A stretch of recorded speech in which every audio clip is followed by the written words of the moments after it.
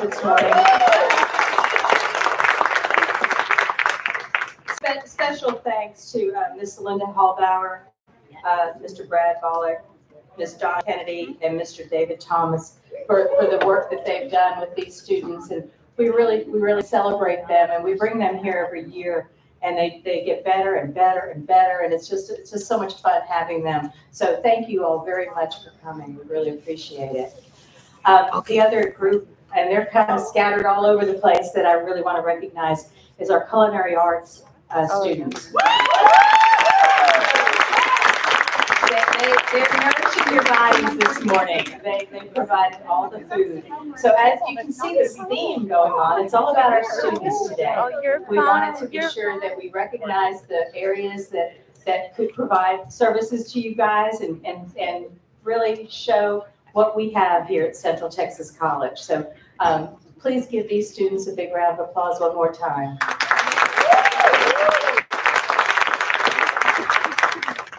Well, good morning again. I'm Robin Garrett. I'm the Vice Chancellor of Academic and Student Success here at Central Texas College.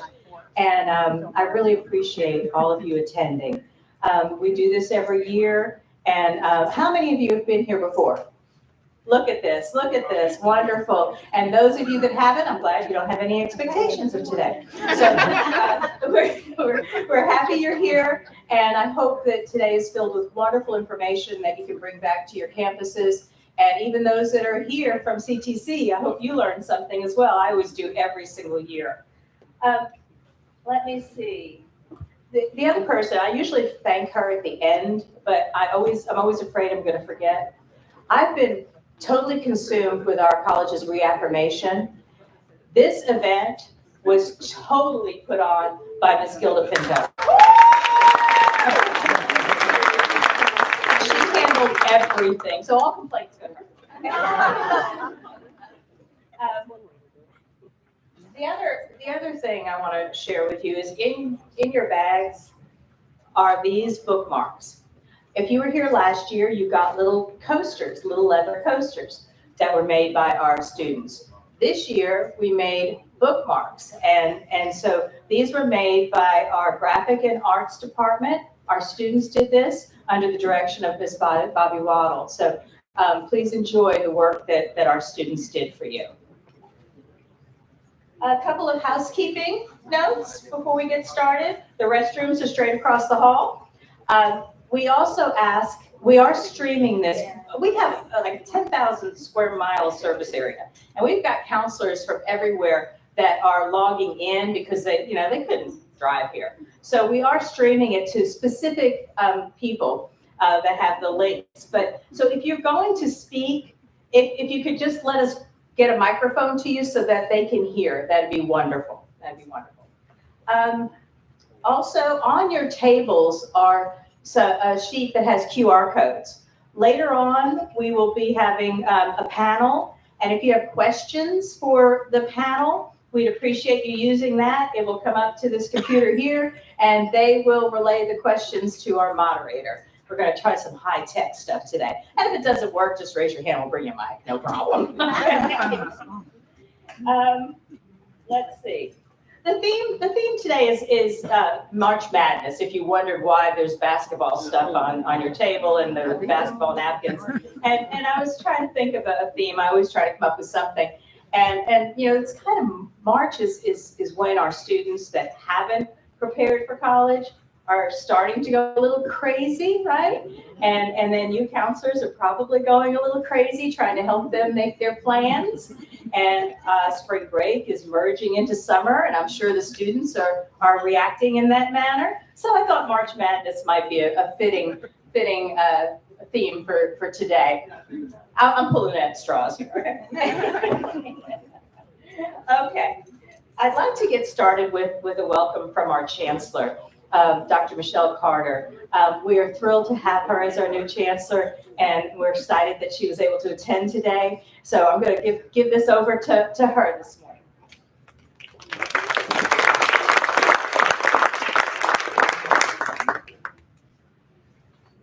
Good morning, everyone.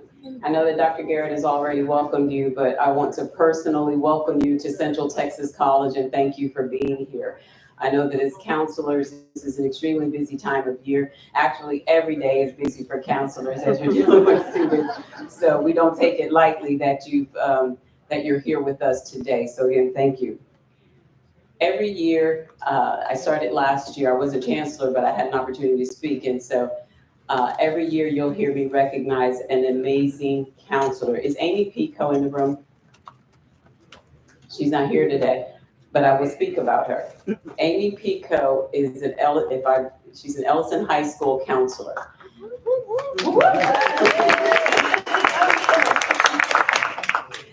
I can tell you, I don't remember the single name of one of my daughter's high school teachers. I don't even remember the name of her wrestling coach, and she lettered. But I do remember the name of her high school counselor, which was Amy Pico. And I remember Amy because her time invested in my daughter and the seeds that she sowed were very instrumental in my daughter not only completing high school, but going on to graduate from Central Texas College and enlist in the Air Force, and then eventually graduate from college with a bachelor's in psychology. I heard a quote a couple of weeks ago, and the quote said, it goes like this: "You can pretend to care, but you cannot pretend to show up." And that's what Amy Pico did every day for my child and so many others. She showed up, and for that I am extremely grateful. So give yourselves a hand, because every day you show up as well. We recognize that students have options when they graduate from high school. And so I'm asking that as you help them navigate their high school education and help them plan for their post-secondary education, that you would share with them that Central Texas College is an option. It's a great place to come learn a skill or a trade that will prepare them to immediately enter the workforce, or complete their first 2 years of college and transfer to a university such as A&M Central Texas, right here in Killeen, Texas. So again, thank you for being here today. I just wanted to take a moment to personally welcome you and thank you. Your sacrifice is not gone unnoticed, and I hope that God would redeem the time that you spent with us and that it would be profitable to you. God bless you, and enjoy the rest of your day.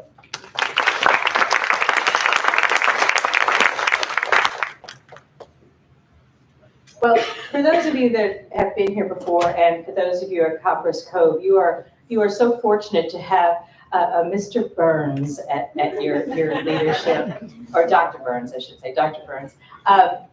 It wouldn't be a counselor's breakfast without him, and it wouldn't be a counselor's breakfast if I didn't ask him to speak. He's not on the agenda, but he's always welcome, and he's always willing. So, Dr. Burns, would you come up and say some words for everybody of inspiration, because I know you will.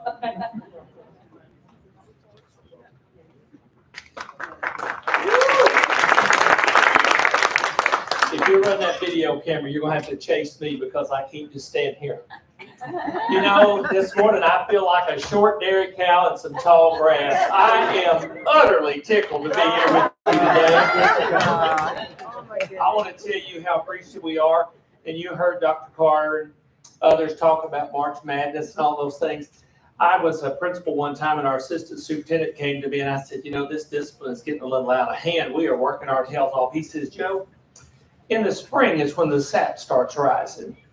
So for junior high kids and high school kids, and now every kid, the sap starts rising. So be ready for those things in March, and March Madness is appropriate for that. But it's also a great opportunity.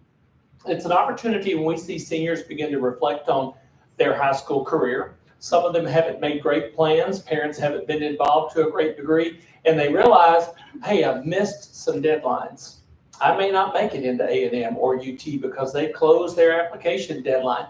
I want to say this, you can always make it into CTC.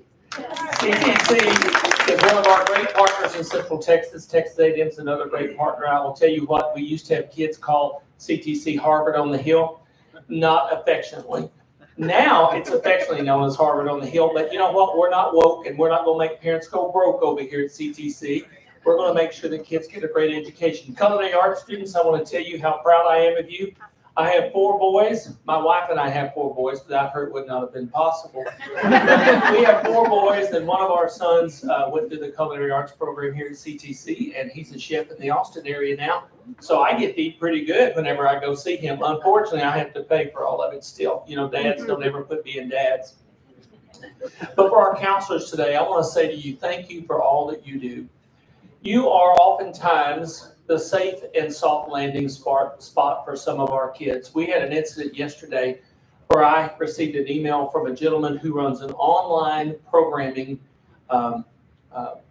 database thing where kids can learn to program. And he sent this really interesting email, and he said, hey, I don't know if this is this kid's name, but I want you to know this kid is posting in our community forum, and he's talking about killing himself and not wanting to live and all these things. And he provided me a whole page of information. We have Melissa Dewalt, our counseling coordinator from Copperas Cove High School, by the way, one of the very, very best.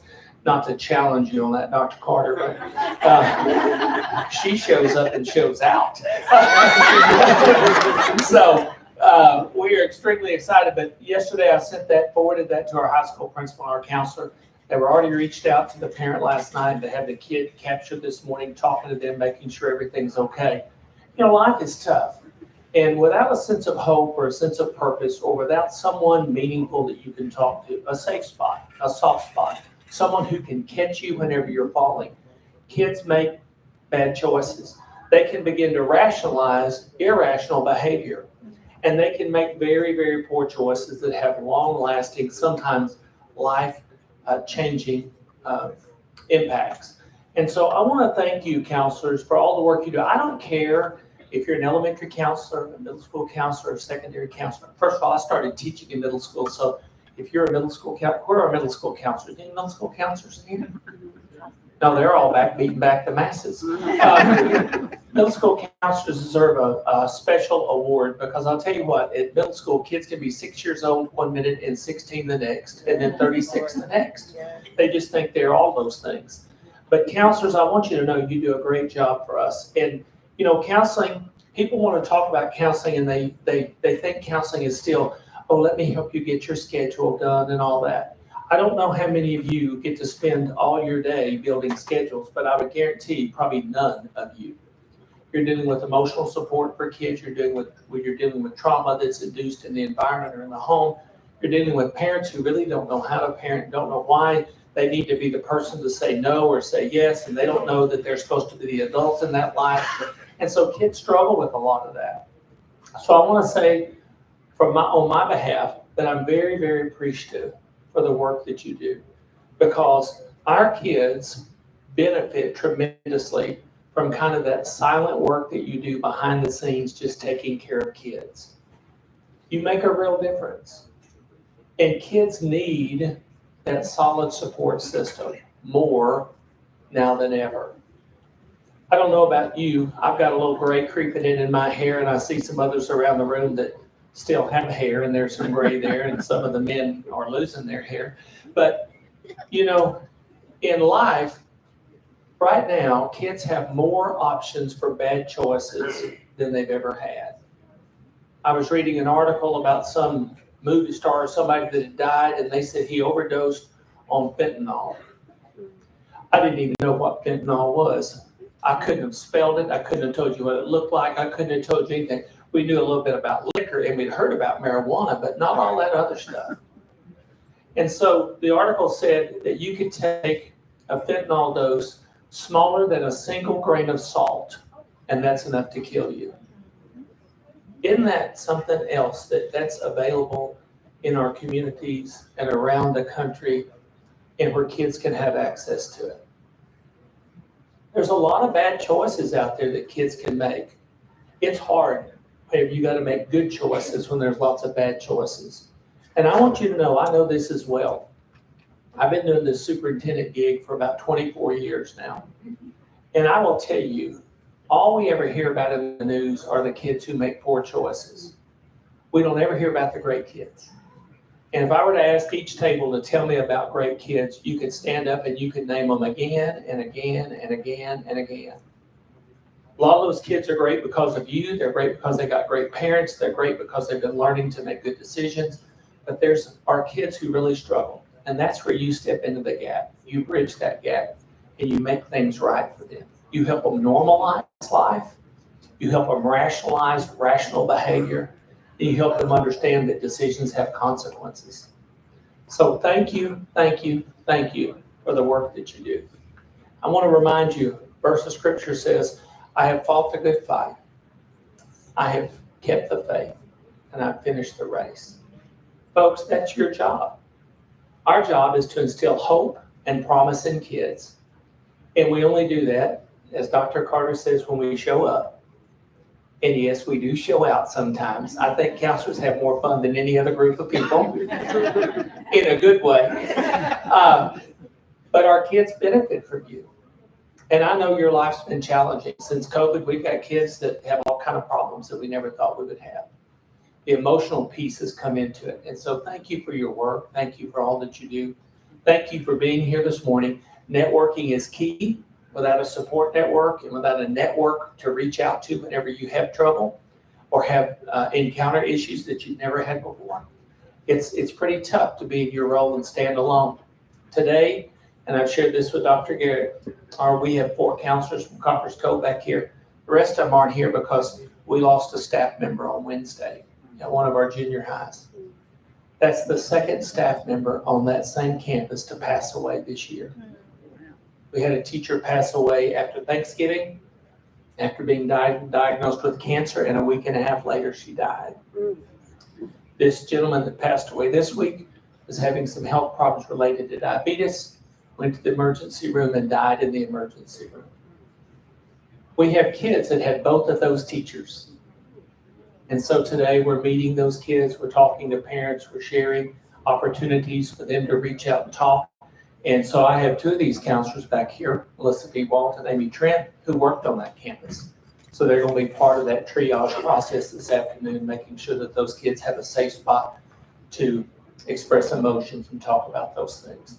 So I want you to know you're loved, you're blessed, and you're prayed for every day. You make a difference, and you may not know it. Kid may not ever share that with you until they turn 22 years old and they realize, she saved me from myself, or he dug me out of a really deep hole. But I want you to know that the work that you do is important, it's crucial for our success, and it makes a world of difference for the kids that we serve. Thank you.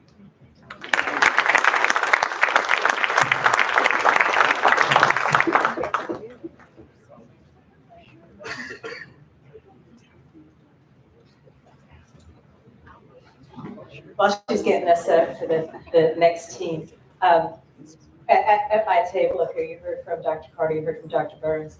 There's another gentleman at the table, Mr. Mark Harmson. He's our new Vice Chancellor of Finance Administration. We're very, very happy to have him at this event also. He's stepped into the role. He's been with CTC for a very, very long time, but he stepped into the role replacing Dr. Carter, who was that position before she became Chancellor. So I'm very happy that you're here. Did you want to say anything? No, okay. Yeah, I know. I'm like, wow. Yeah, I feel sorry for A&M coming in behind Dr. Burns, and we should put you at the end. All right. Our next speakers are from our beloved neighbors down the street, Texas A&M University, Central Texas. And this gentleman, Mr. Clifton Jones, he has been an amazing partner, an amazing person to work with. He has so many wonderful ideas, and he's open to anything and everything exploring. So we're happy to have him. He comes every year, except for one. He's never going to live it down. He forgot. But he'll never live that one down. He still owes me. He always says he owes me. But we're happy to have him and 2 of his people here with us. So Mr. Clifton Jones.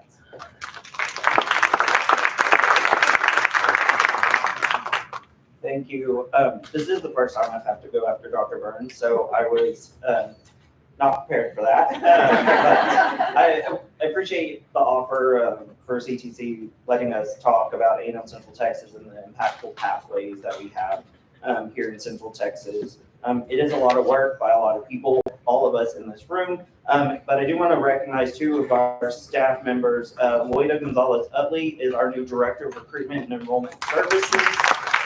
She's joining us from A&M Corpus Christi, and she is also the host of the Afro podcast, The Transfer Team, focused on supporting transfer students and transfer student success.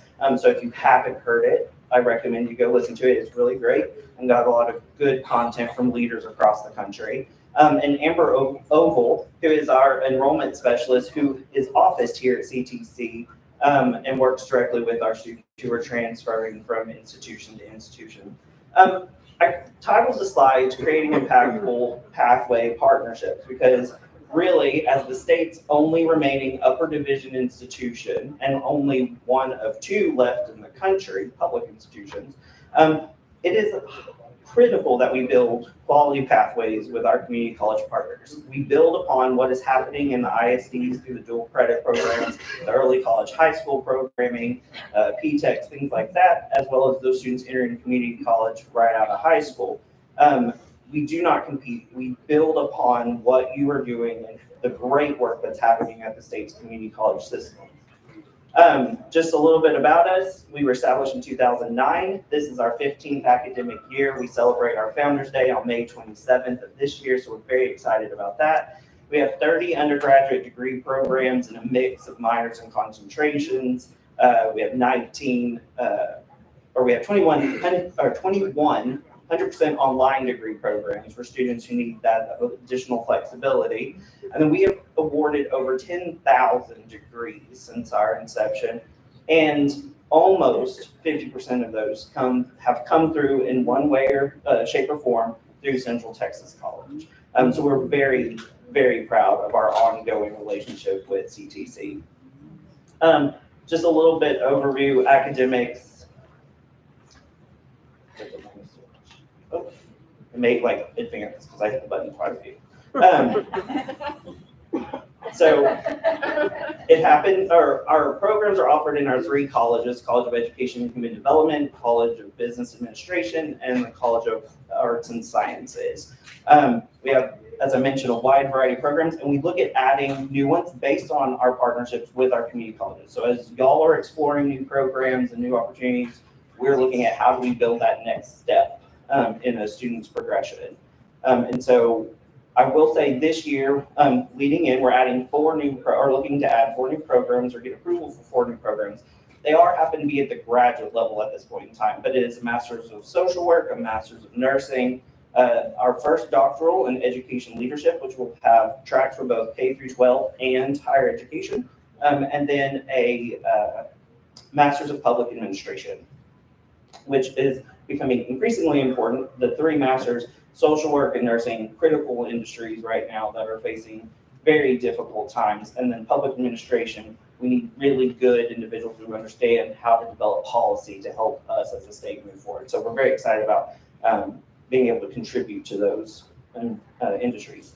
Admissions, much like CTC, A&M mission is access and student success. So our admission standards are based on supporting student access. To be admissible, because we are an upper division institution, student only needs to have a 2.0 on a 4.0 scale and have 30 academic transferable hours. There are some exceptions when you're looking at CTE programs and how we can transfer students there. We have some special admission standards for those programs. But again, it's about access. There is an opportunity for every student attending our high schools to go into college and complete a 4-year degree. And we also do this by trying to keep the cost affordable. This is a representation of the average cost of community college, or 2 years, average cost in Texas for community college enrollment, and 2 years at A&M Central Texas to complete a 4-year degree. And right now, based on that average, it's about just over $26,000. When you look at CTC, we're actually less than that average. CTC is very affordable and is one of the most affordable in the state. When you look at the partnerships that we have with the ISDs and the community college and 4-year institutions, it is even less. You look at early college high school students that are coming out with that associate's degree, they can take almost $8,000 off this price automatically. So we're doing amazing work supporting students in completing that, earning the bachelor's degree. And you'll see the state average for 4 years at a traditional four-year institution is just over $46,000. So a very big, significant difference in price. And for students who are coming from our low income or even mid-income in today's economy, this type of savings is major long-term for them as they're moving forward in their lives. We keep the price low based on a number of initiatives. One, our Central Texas Promise, which is going to be getting a revision, but basically right now, if you're from some of the lowest income households, we look at AGIs of 40,000 or less.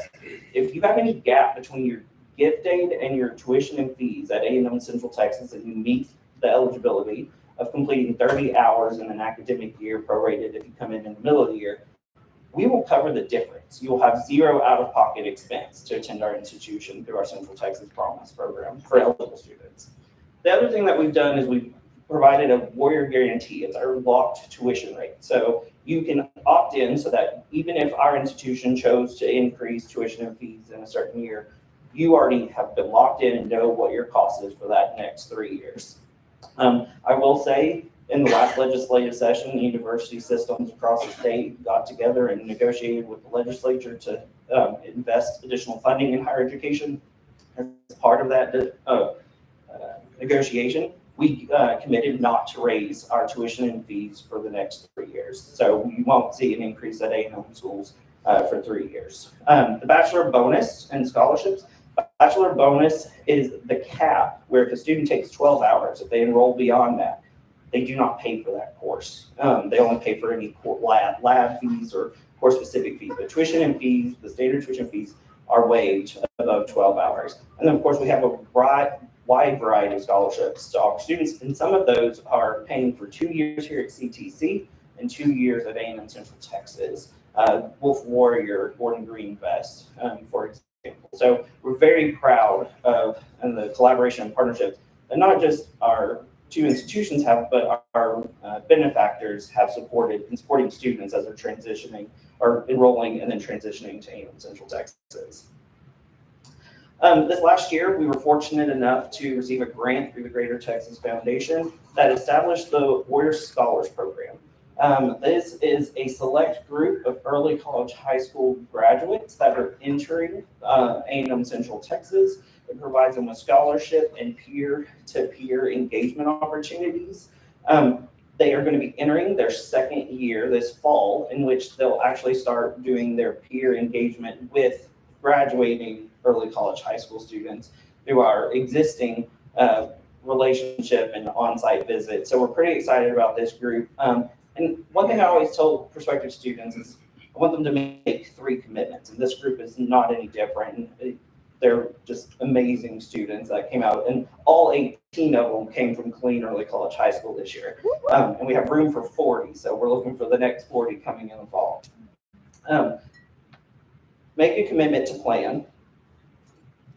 Make a commitment to be engaged, whether that's in the classroom or through your student organizations. And make a commitment for self-advocacy. When you need assistance, speak up. There's great people, you in the room, that are here to help overcome any challenges or barriers. And so I think this group showing that they've had some challenges, they've come through, and they've made those 3 commitments, and they're very successful. We're very excited about what happened or looking at these students' success and progress, and coming from Killeen Early College High School. They've just been great. Transfer Central, for those of you who've heard this pitch before, apologies for the redundancy, but Transfer Central is our initiative that addresses the fact that we are an upper division institution and we can't admit freshmen. However, we want students to be engaged in those first 2 years while they're attending a community college or while they're enrolled in high school in dual credit and early college high school programming. And so this program provides them with university email accounts, network access, so that they can access and see in real time when that course is completed how their courses are applying to their career path or their degree path without having to follow it on a piece of paper. It also gets them invited to activities and engagement events that build that sense of community, and we all know that students who are engaged, reason why there's a commitment to be engaged, students who are engaged are more successful long-term. So we're really excited about this. It's quick and easy to sign up. There's a link at tennessee.edu/transfer-central, and every student in this program is assigned an enrollment specialist that kind of helps cultivate them and can work with their advisor, either in the high school or in the community college, to make sure they're on the right track and taking the right courses that will ultimately apply to their degree. We talk about our partnership with CTC and why it matters. And one, it's because our goal is to create simple pathways that parents and students can understand and achieve. And two, to meet the regional needs of Central Texas, which are drastically and quickly changing as the industries coming into Killeen and Temple, and then just to our south, are drastically changing. Advanced manufacturing is becoming the kind of buzzword in Central Texas and capital area workforce areas, right? But it's because of the students, and I'm going to show a video of some students who went through the CTC A&M Central Texas pathway, because again, it's about creating those impactful opportunities for students. I didn't really have a plan for college. I had the dream of being a physical therapist, but I didn't know how I was going to achieve that. Right after high school, I went straight into college. I knew I wanted to go into computers. I just didn't know where exactly I was going to end up. I very much enjoyed my profession in the Army. And being medically retired from the Army, it kind of left me with a void that I needed to fill. And pursuing a new profession really kind of enticed me. This was a new beginning. This is my chance. My name is Rose Salas, and I currently serve as the Transfer Services Manager at A&M Central Texas. So my primary role in this position is establishing a partnership with Central Texas College and working with them to create transfer pathways. So we're able to review both institutional catalogs, create the pathways, which align both the associate's degree and the bachelor's degree, helping students to complete their degree in less time and less debt. My transition to college was pretty smooth, especially because of Central Texas College here. Very well integrated to transfer over to Texas A&M University, Central Texas. I started taking classes online through Central Texas College. With the way that CTC and A&M Central Texas work so well together, it was a really easy transition to move to A&M Central Texas. Both universities work hand in hand to ensure that the degree plans line up. That benefit helps you save both time and money as you work towards your degree plan. The partnership that we have with Central Texas College is very special in its own way, as we serve the Central Texas area. And the students who are coming in from CTC will eventually get their undergrad degree in hopes that they go out and contribute to the Central Texas workforce. I knew that was the right choice for me because it was so close to where I already lived. I wouldn't have to move to start going there. And they're a reputable school that I knew was going to give me a degree with weight. Since I started school here, it's been really fun. I actually got to start a dance fitness class because of campus recreation. So I got to bring a little bit of my love for dance back in and bring it to the school. So I'm hoping I'll finish my degree here in exercise physiology. And then the plan is to get into graduate school, go to physical therapy school, and then work as a physical therapist. I'm excited that the university has prepared me for a new profession and I'm able to actually start a career and not just a job.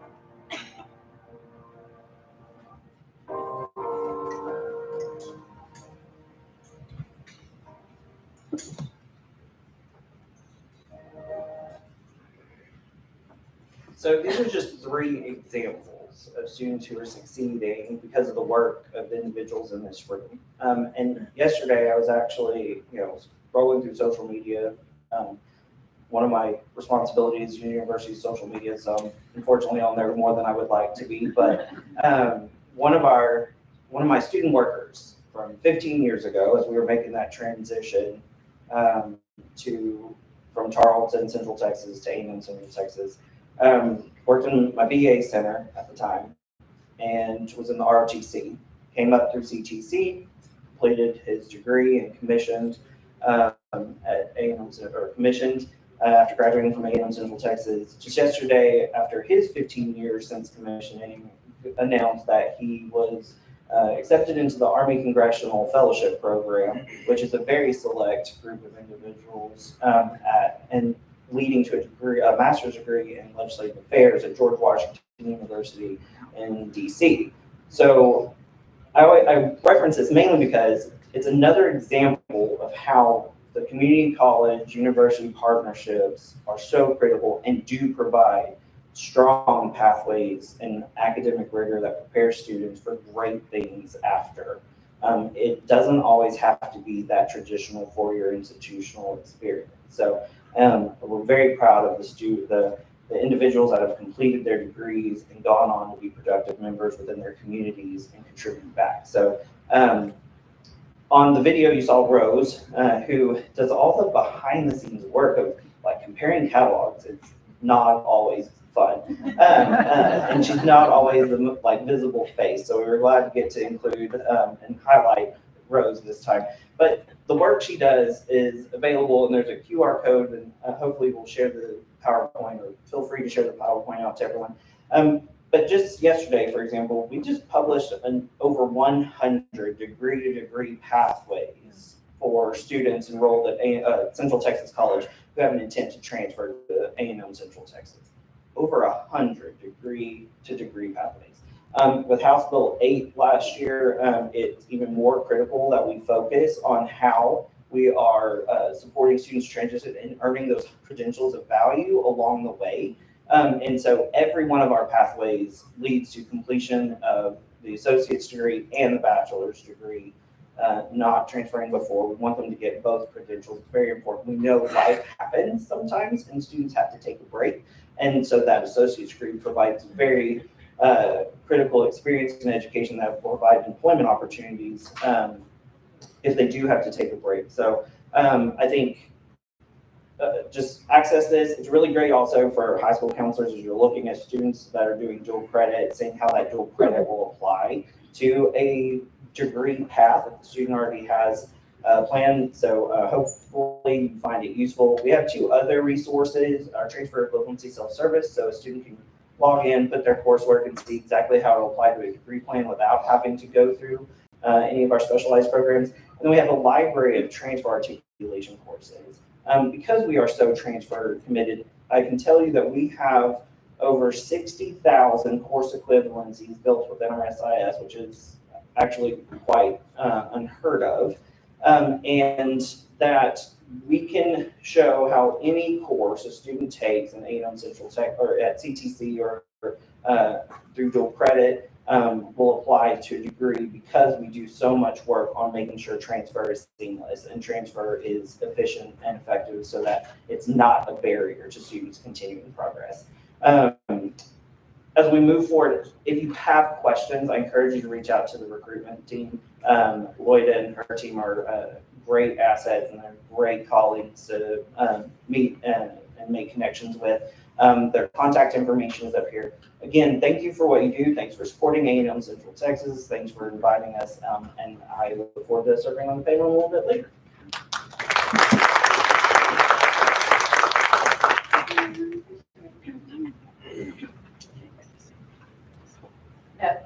The work that Clifton's team did is, I can talk on this side, is amazing. The pathways, hello, Dr. Burns.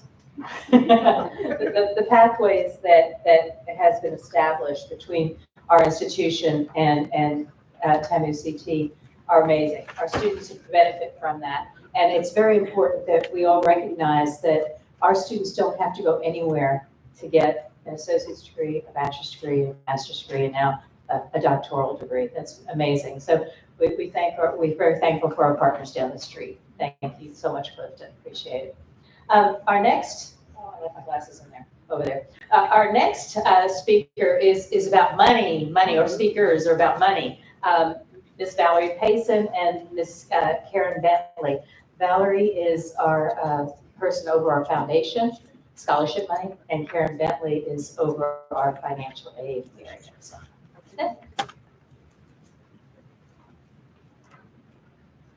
Good morning. I am super excited to provide you some information regarding our scholarship opportunities here at Central Texas College. It is a passion of mine, and I am always encouraged daily to try to strive to get more donors into supporting our scholarships here at Central Texas College. So today I'm going to share with you just the plan, the process, and the potential that some of our students can have here, turning their wish into I can go to Central Texas College, I can achieve that associate's degree, and I can move on to get my bachelor's degree at Central Texas or Texas A&M Central Texas. So as far as the Award Spring portal, that is the platform that we use for our scholarship opportunities here. And that annual one opens December 1st and continues through February 28th. So we just closed that portal. That's for our fall and spring semester scholarships. But with the opportunities that we have been given by our donors, they wanted us to, they believe in our mission and they believe in the value and purpose of opportunities here at Central Texas College. So they have given me the opportunity to open up additional portals for our scholarships. So we have leaped into a fall opportunity, and that will open July 8th through the 31st. So for those students that are making those last minute decisions on, oh, wow, I kind of waited to the last minute, but I do want that chance to go to Central Texas College, we do have those scholarship opportunities available for them. Last year, we also opened an additional spring scholarship opportunity, and that went very well for our students. And so we've encountered that, we're going to encounter that again, and that portal will open October 1st through November 8th. As far as the application process, like I mentioned before, Award Spring is where our platform is. It's very friendly as far as for the students' operation through that platform. They just have to, of course, apply at Central Texas College and then go to awardspring.com. At that point, they'll complete, it's approximately a 1.5 page application, which is some detailed information that they'll need to give us. And then we took out the essay last year just to, we saw that a lot of our students were not completing that essay, which was not qualifying them for application processing. So with taking that out and then just limiting to questions that we were asking them, we started to see this percentile of completion increase. This year, with closing our portal just 2 days ago, we were able to have a completion rate of 82%. So that was excellent on that part of the review of the application portal. On the processing, our faculty and staff are a huge support for reviews of those applications. We get this portal just closed 2 days ago, and we were able to have 678 applicants apply for our scholarships. So as you can tell, that takes a process to try to go through each of those applications, and we want to give everyone the opportunity for that. So we've had our staff and faculty volunteer to assist us with reviewing those applications. The process takes approximately about a month for us to go through all of those applications, and then we start to notify the recipients in April, probably mid-April. They'll be notified if they received a scholarship. And then our award celebration takes place here in this very room on May 2nd.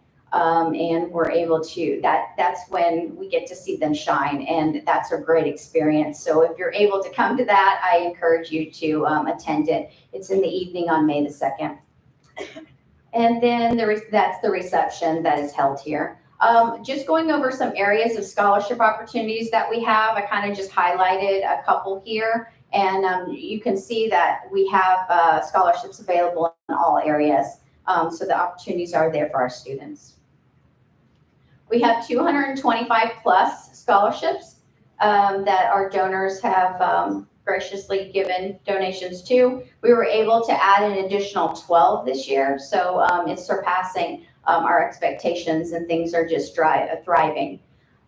We were able to award approximately $525,000 last year, and like I had stated earlier, things are thriving, so we have more opportunities on the horizon. And we have an operational endowment of $13 million.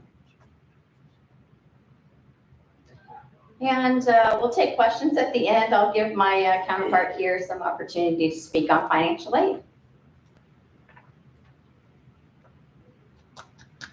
Thank you, Valerie. I want to start by, first of all, I am new in this position effective today as the new director of financial aid. Most of you, if not all of you, know who Pearl Creviston is. She officially retired yesterday, February 29th. She has been a great mentor. She has dedicated her 19 years of service to financial aid, reaching out to all the high schools on a regular basis and networking and so forth. And so with that, I have big shoes to fill. So bear with me as I get through this, because I said that's a good timing for you to retire. The next day, who's going to be here at the podium? So hang it. I'll do the best I can, but I know what I know, and I know everything there is to know about financial aid. Unfortunately, I'm tasked with discussing the 24-25 FAFSA. Quite honestly, it's very fluid. I, on any given day, from several different sources, official sources by email, can receive updates for the financial aid application, and it's very challenging. So I've listed, and I'm not going to go over these, you can just read them because these are already known challenges. There are still some of these challenges in place. I've been out to several of the high schools where it has happened. The application shuts down. The whole contributor process is all brand new to all institutions. So it's been a very much of a learning curve for all of us. And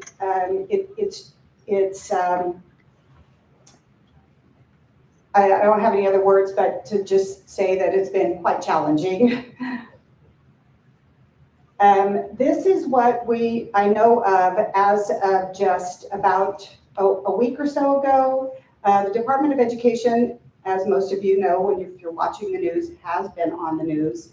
The 5.2 million has now increased to 7.8 million. Which is the 1.5 million is an increase of potential Pell recipients. So that's what the FAFSA simplification goal has been for Department of Education. While it deems to be very challenging for the institutions and the software developers that supply the institutions, that's the end goal for reaching out to otherwise non-recipient students and their families. The application in and of itself has reduced from 108 questions to 46. So you can imagine the difference in that. There's more checkboxes and radio buttons than having to fill in blanks. There's more security in place for the transfer of tax information. Again, the challenge piece though is getting used to the student has to invite the contributor, which is typically the parent in this case, and then the parent has to finish off the FAFSA from there. And I've watched both sides of it where families can be successful and others where they have to go back to it at another time. One thing I can say though is the FSAID creation and process did not change, and we are thankful for that because just the FAFSA alone has been so challenging. So we are right now in a test phase with Department of Education. We, meaning I just finished hours with our software developer to update our financial aid module for the software program that we use. That said, we have, the Department of Education allowed institutions to import test FAFSAs. So we are in that initial stage of testing FAFSAs. They are soon to deliver about 100 more so that we can continue to test and broaden what needs to be done. And this is not just for CTC, this is institution and nationwide. So it's not like Department of Education is picking and choosing who's getting what. We have no idea how many FAFSAs are even sitting out there in the pool. So we are going with mid-March that it will actually, all FAFSAs will be delivered to institutions that were listed by the student.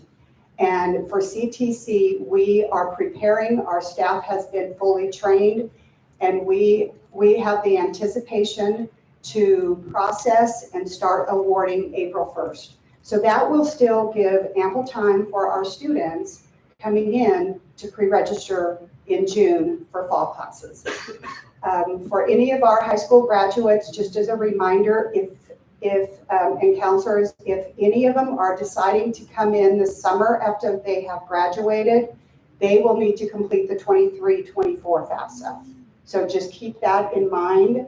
The 24-25 FAFSA for CTC applies to fall award year.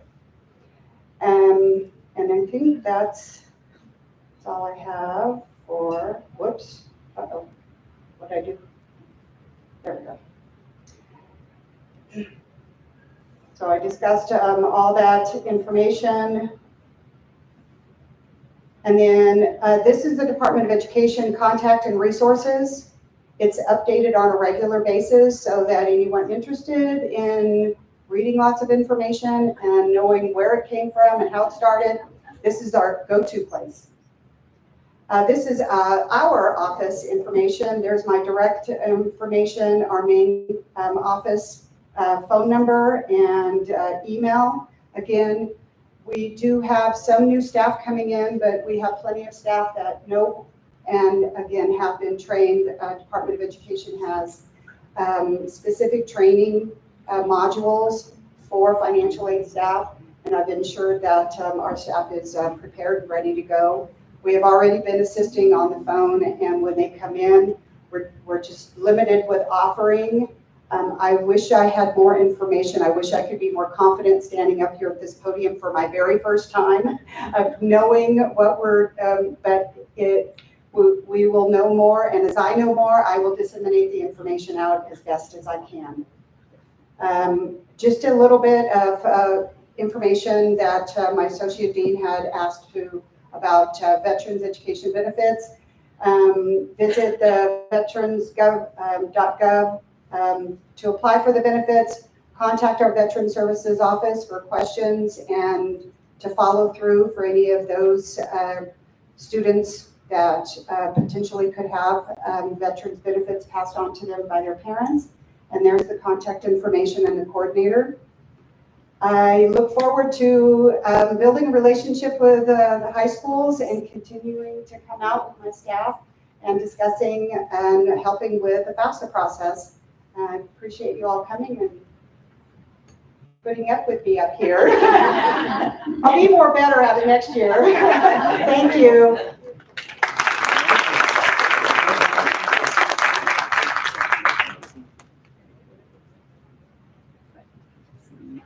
Many thanks to Karen and Valerie for sharing the information about how your students can achieve their goals through our financial services that we have here at the college.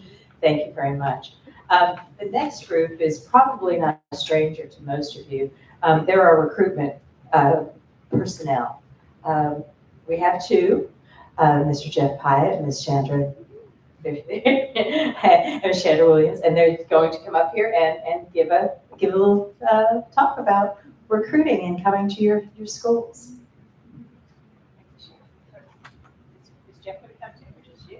Here you go. Oh, okay. Just you. Good morning.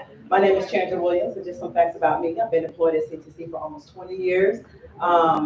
I am actually from the area, so I went to many of the schools around here. Though I enjoyed being the Ellison Eagle, I did graduate at grade 12. Woo, woo. All right, so that's me. So let's go ahead and get into it. We're just gonna go ahead and discuss a few things that we do share with students when we do go out. We let them know the application is free. They're not obligated or bound to anything. We have an open admissions policy, and we also do let them know that the application is good for 1 year. So if they just want to do a few things, the word now is turn up for the summertime if they want to do anything like that. If they remember that they filled the application, go ahead and come on back in the fall and be a part of CTC, all right? Testing. A lot of the students, they have the TSI testing. We do ask them, have you took the TSI? Be sure that you take it in the school, because $25 is gonna come out of your pocket if you have to come to CTC and take it. So we do like to stress to them to go ahead and take advantage of that opportunity when they are in the high school to go ahead and get the testing out of the way. Academic advising, we stress to them once they do fill out their application, the academic advising is gonna help them reach their goals and also help them with the degree plans. So we do like to stress to them that academic advising is available to them once they do fill out their application. Programs of study, I'm not going to go through all of them, but you do see them up there, all right? We do let them know about all of our associate's degrees that we do have on campus. Not only do they have to get an associate's degree, we have career training opportunities and certificates as well. I start off with a certificate, so I do like to give my personal experience to them and say, I didn't know what I wanted to do when I got out of high school. I used to be in your shoes. I started at CTC, and I did get my certificate medical office specialist. Then I went on, I got my associate's degree in general studies, and I just graduated from Texas A&M University, Central Texas. All right, so I do recommend that I am an alumni of Texas A&M, all right? Here's some certificates. We let them know that they're stackable, that they can transfer them. We always like to stress it out to them. We let them know that we are in partnership with Texas A&M University, Central Texas. So we like to put that out there. We have hands-on training. Like I said, some of our career trainings like truck driving, pharmacy technician, veterinary assistant, clinical medical assistant, EKG technician, they get very excited about that. When we say, well, we have career training programs, you don't have to go for 2 years, why don't you just come for about 6 months, 12 months. So not attaching on years and just kind of stressing out, like you can get a certificate in a certain amount of time, like months or something, they feel more better and comfortable about that. Like, oh, I got to go to school for 2 years. Like, so we just let them know the certificates are also an option to them as well. Bacterial meningitis. I'll let them know if you are going to be on campus face to face. You want to go to our gym, you want to come out, go to the library, go ahead and get that shot. I'll let them know that we are going to need any face-to-face classes that they're going to be taking here on campus, that they are going to need the bacterial vaccination. Okay. Financial opportunities. We do stress to them that financial aid is available to them. It's a graduation requirement, so we let them know they have to go ahead and get that done. We really do stress to them financial aid is important. Scholarships, after they do complete their application, that they do qualify to go ahead and get into award spring to set up their accounts, so they can go ahead and get accepted for some scholarships. We do stress to them that the essays have came out, and it gives them more opportunity to get a scholarship. I also do share my personal experience about that as well. I do let them know that it does help. It's a really big help. I also have gotten a scholarship. I got a textbook scholarship, $500. I took a picture with our former Chancellor, Jim Yiannopoulos, shaking his hand, got my award for my textbook scholarship. That did help me get my scholarship, my textbooks and everything. So I do stress that out to them as well. I really do enjoy being out there with the kids. I'm able to connect with them. I also can relate because I have went to video schools around here. So, I mean, it's just really good to let them know the scholarship opportunity is available to them for them to take advantage of that. Now, next for my colleague. I know I was short, trying to talk fast, a little nervous, but Mr. Jeff Pyatt, thank you. Thank you, Sandra.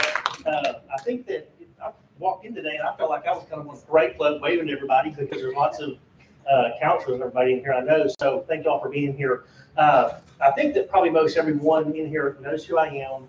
But if you don't, my name is Jeff Pyatt and I am one of the recruitment coordinators here with Central Texas College, and my colleague, Chandra. We became a recruitment coordinating team just this past spring. I moved over to Marketing, and I was previously in admissions and records prior to that. But I just want to share some of the things that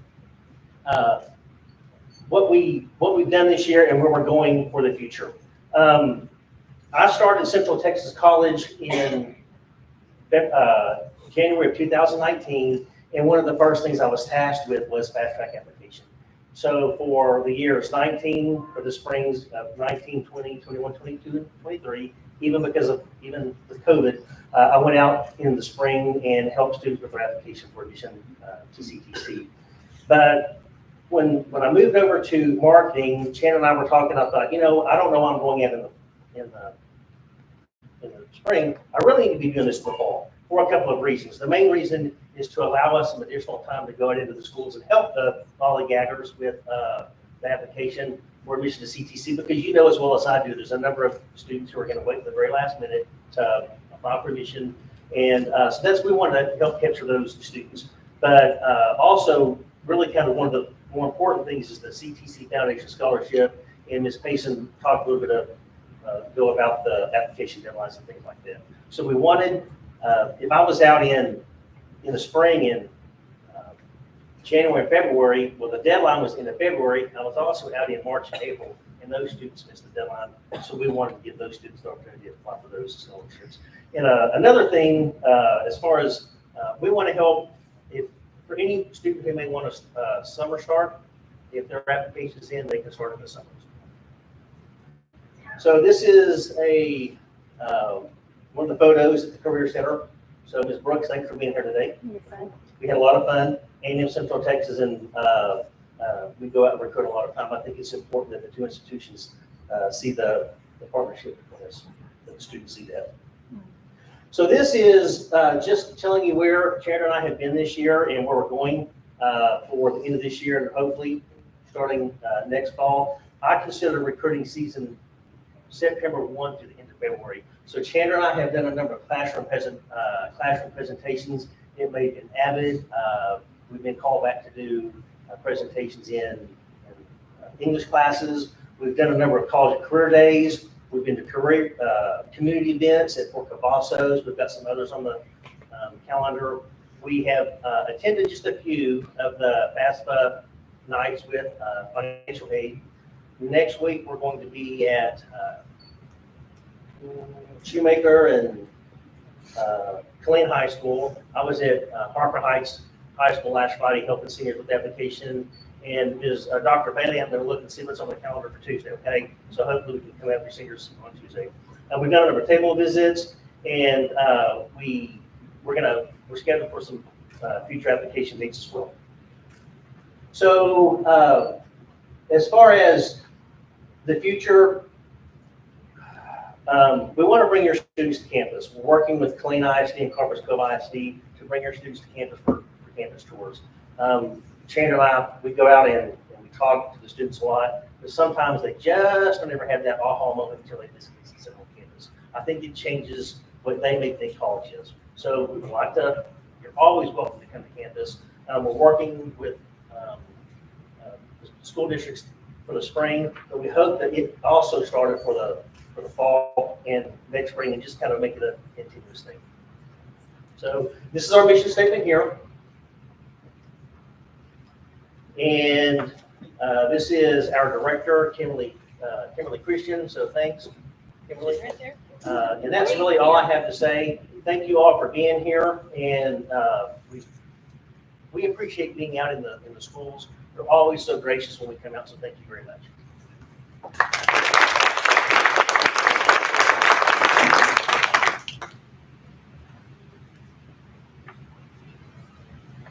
Thank you, Chandra and Jeff. We really, really, really want you to take advantage of our recruiters.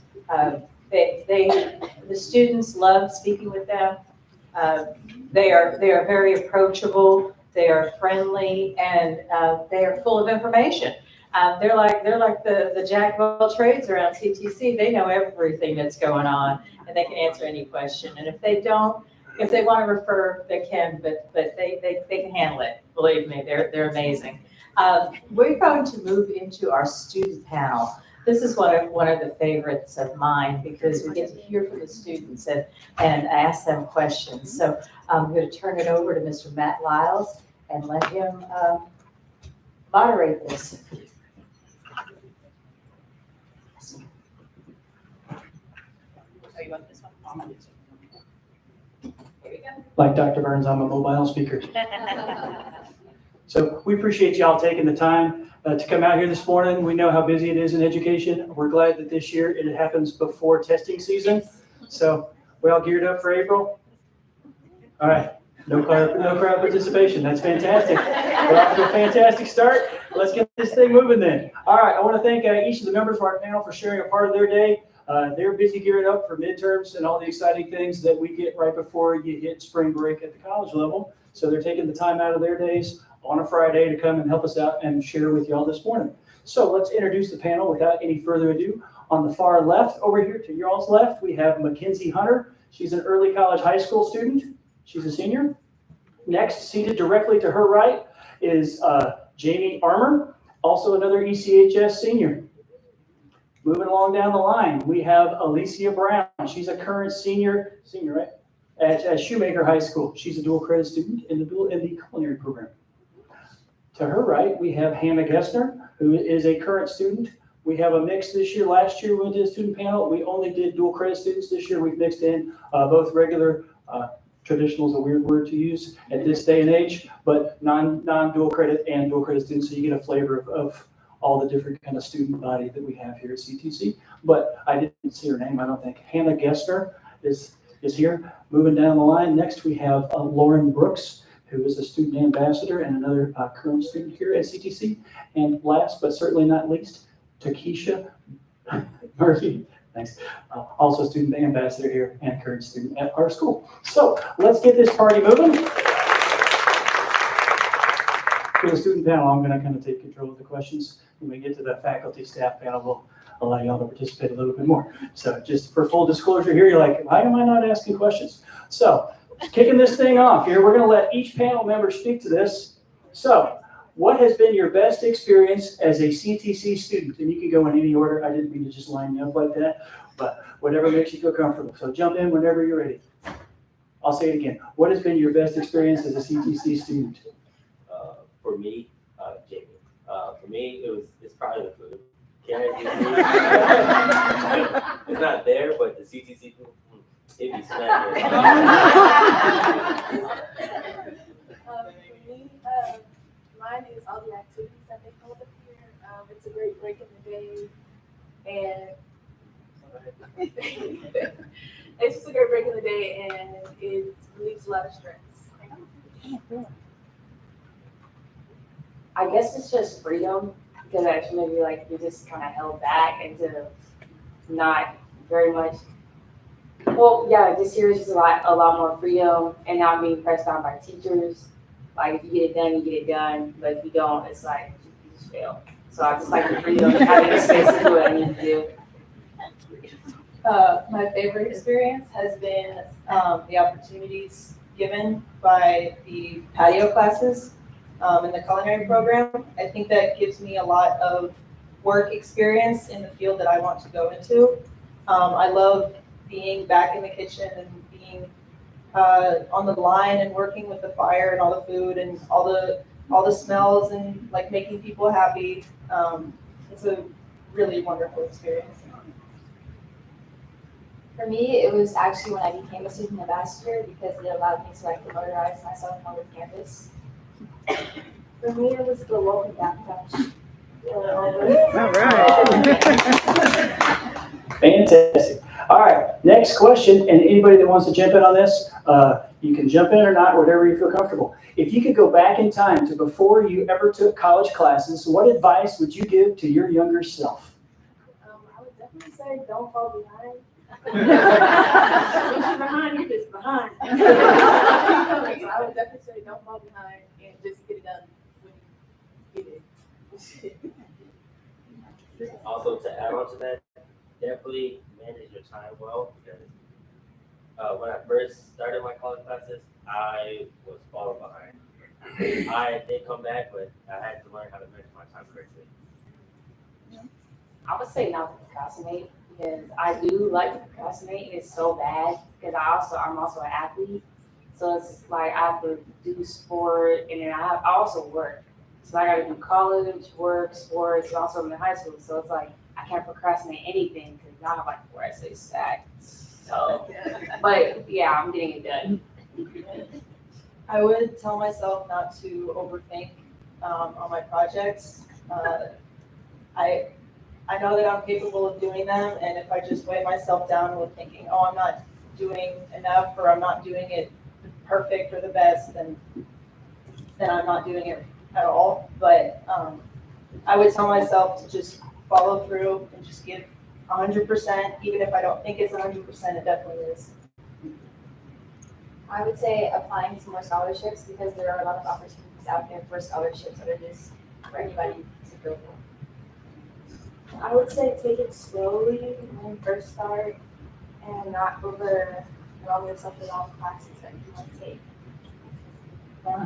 Very good. College has its own lingo. For example, a semester credit hour. What collegeisms have you learned that let's try that again, Sean. What collegeisms have you learned that you would pass on to others for them to feel more prepared to start this same process? Don't plagiarize. Just don't plagiarize.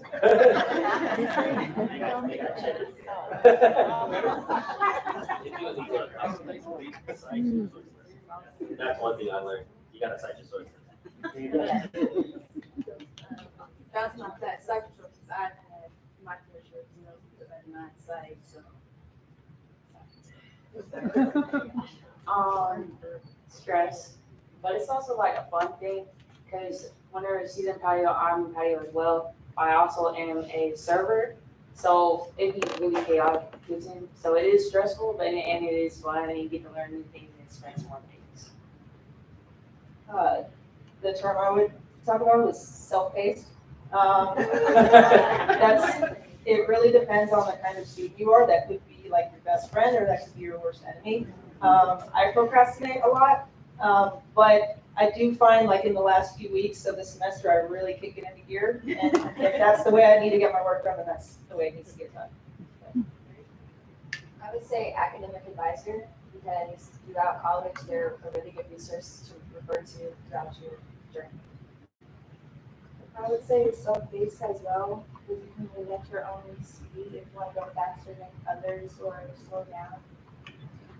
All right, fantastic. So we're going to take a couple of questions here. We're going to focus on some of our dual credit students.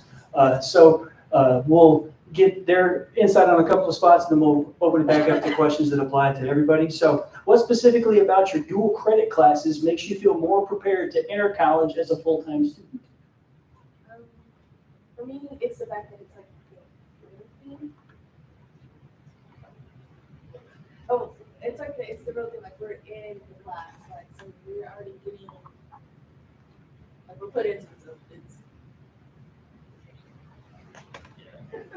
On top of that, you're like taking classes, you get the feeling that because you see like grown-ups in there as well, so you're not like it's not just kids. So yeah, I was a little stressed when I seen like grown people also taking this class.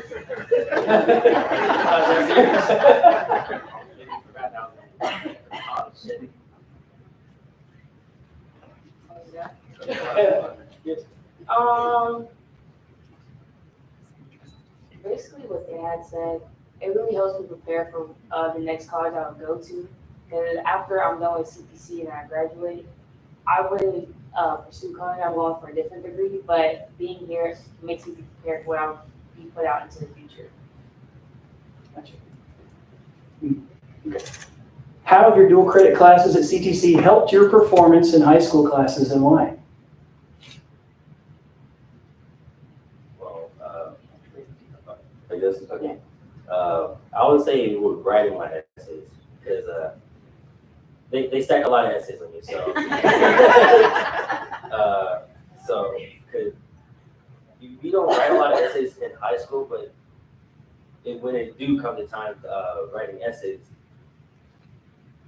it's extremely easy because it's like you're not writing like 3 pages, you're like writing like 2 paragraphs.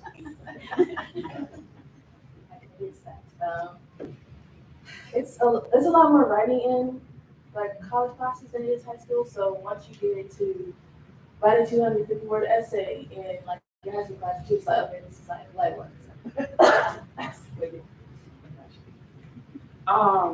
So here it's a lot more harder.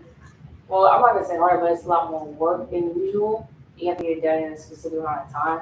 So it makes it seem like high school is just easy. And then here it's just like, oh, it's medium hard, but I just get everything done in high school, but then I just don't worry about with my college classes and that's it.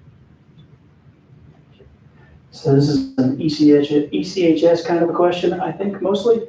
Actually, yeah, you take classes here on campus too, so this could be all y'all. So it says, as a high school student, what was your experience as a high school student in the same room, so like with those grown-ups? And how did the mix of students affect the classroom discussion dynamic? Did the different perspectives broaden the discussion? I'd say definitely because I took a Texas history course and I was like one of the only high school students in there. So like during our discussion boards, they had like more stories to tell, and it was a whole different dynamic. Well, not history, but in philosophy that I'm taking this year, there is a lot more grown-ups in there. So, and it's a philosophy class, so they have a lot more to say. And I'm like, okay, that's a lot. So I'm glad that I'm able to take classes with more mature people, besides the people that's in the same grade as me. So I learned more about what's up ahead than what I'm taking right now. So I don't take classes with other college students. So since I'm I am a new person, but in our classes we're with other high schoolers. There's nobody on the side that's old. That's our professor. But not old, but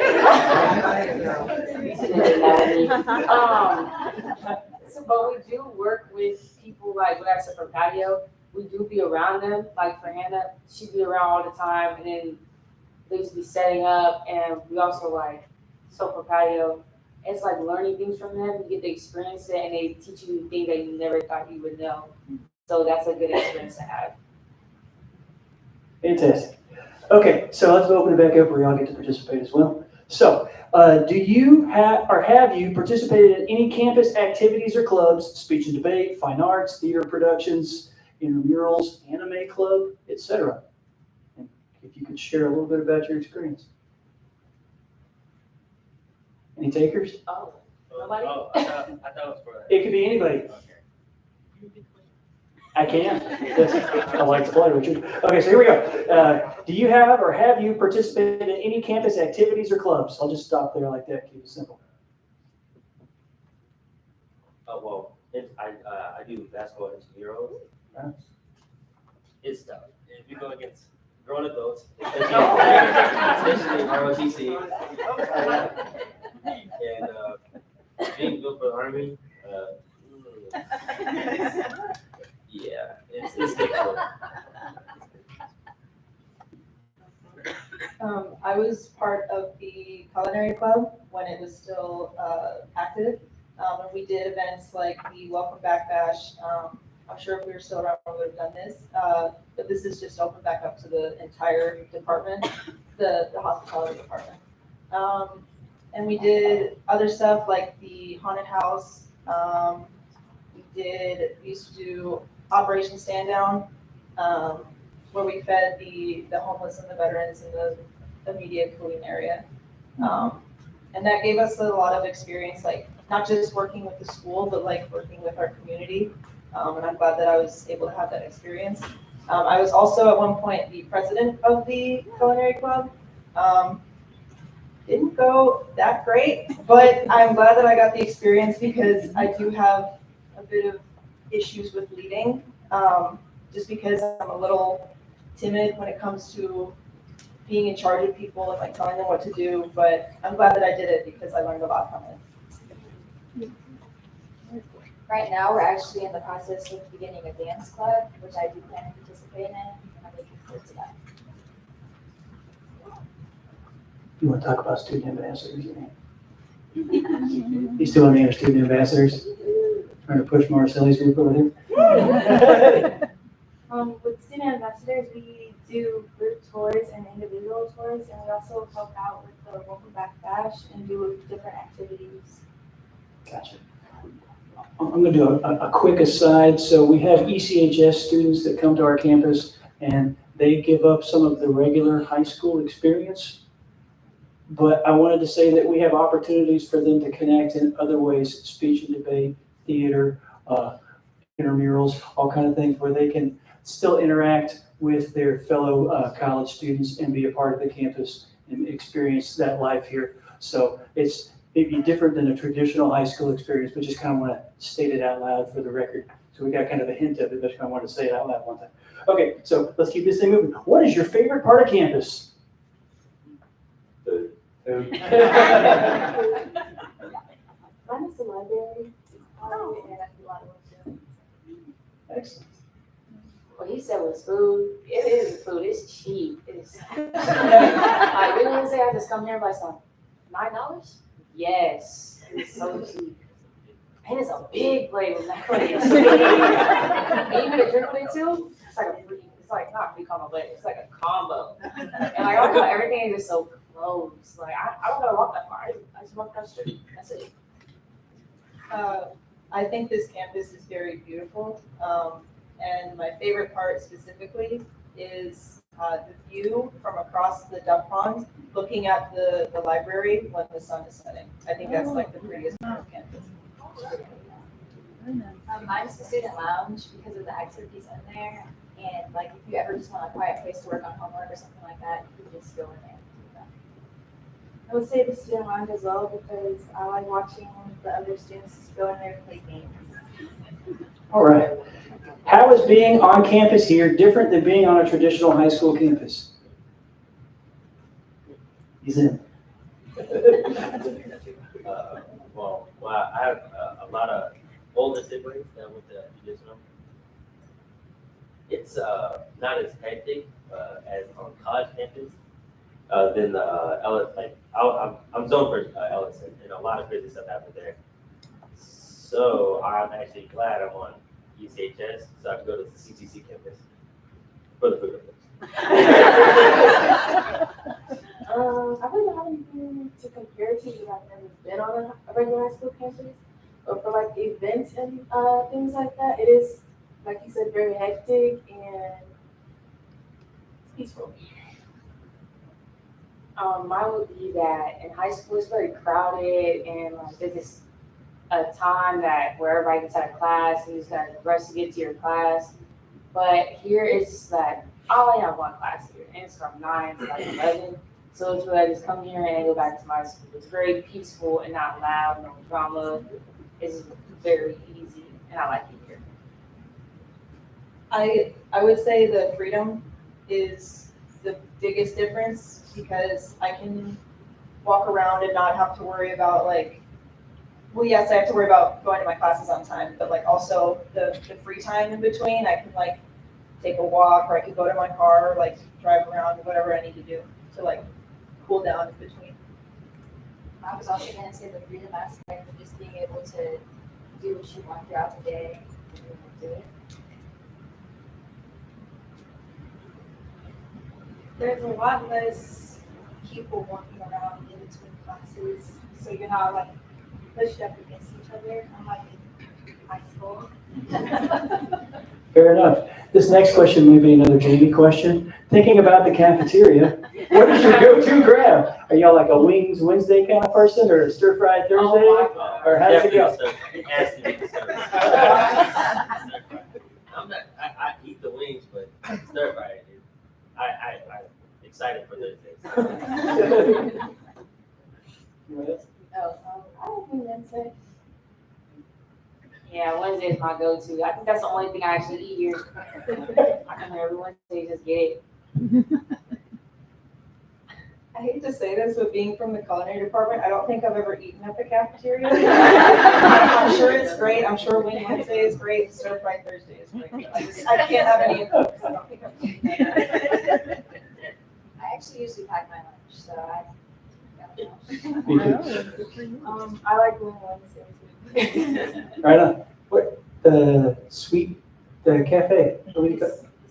Sweet Retreat, Tuesdays and Thursdays in the morning? That could be your favorite. There's a flyer on the tables. There you go, flyer on the tables. All right, let's keep this thing going. All right, if you could single out a single person as being instrumental in your journey at CTC, Who would you recognize and why? I recognize my counselor, Sula. He's helped me so much throughout my CTC journey, and he's just made it all the more bearable. And I feel like without him, I wouldn't be as far as I am today. Well, it's two people. Miss DeYoung and my old math teacher, Miss Thurman. She's calculus and pre-calc. She is awesome. I have to say, she is awesome. Miss Young as well. Thank you for the letter of recommendation. But overall, it's great to have teachers that do look out for you a lot, and I really appreciate it. I have two, but mine would be Chef Lupita and Chef Elaine. For Chef Lupita, she had wrote my recommendation letter, and she has taught me what a leader would be, and she's also like helping me be who I am now. And I didn't think she would pick me to be here today, so it was kind of a surprise. And for Chef Elaine, she's helped me enhance my cake decorating skills. I didn't know how much of a cake decorating skills I had until I took that class. So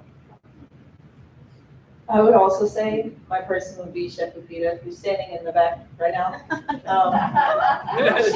She's just a wonderful instructor, and she acts as a counselor as well, and just a great friend when you need it.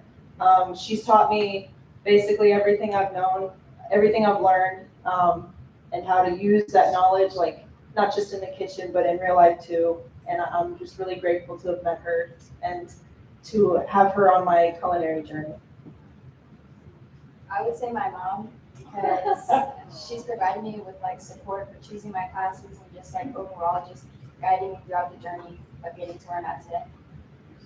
I would choose my mom and my old English professor because they would both help me push me to be a better writer and to put myself out there more often with more classes. All right, fantastic, thank you. Strong things make me smile. Okay, that wraps up our questions here. So I want to thank our panel for taking times out of their day to share their perspectives and insights with us this morning. And we wish you all the best on your continued academic journeys. Thanks for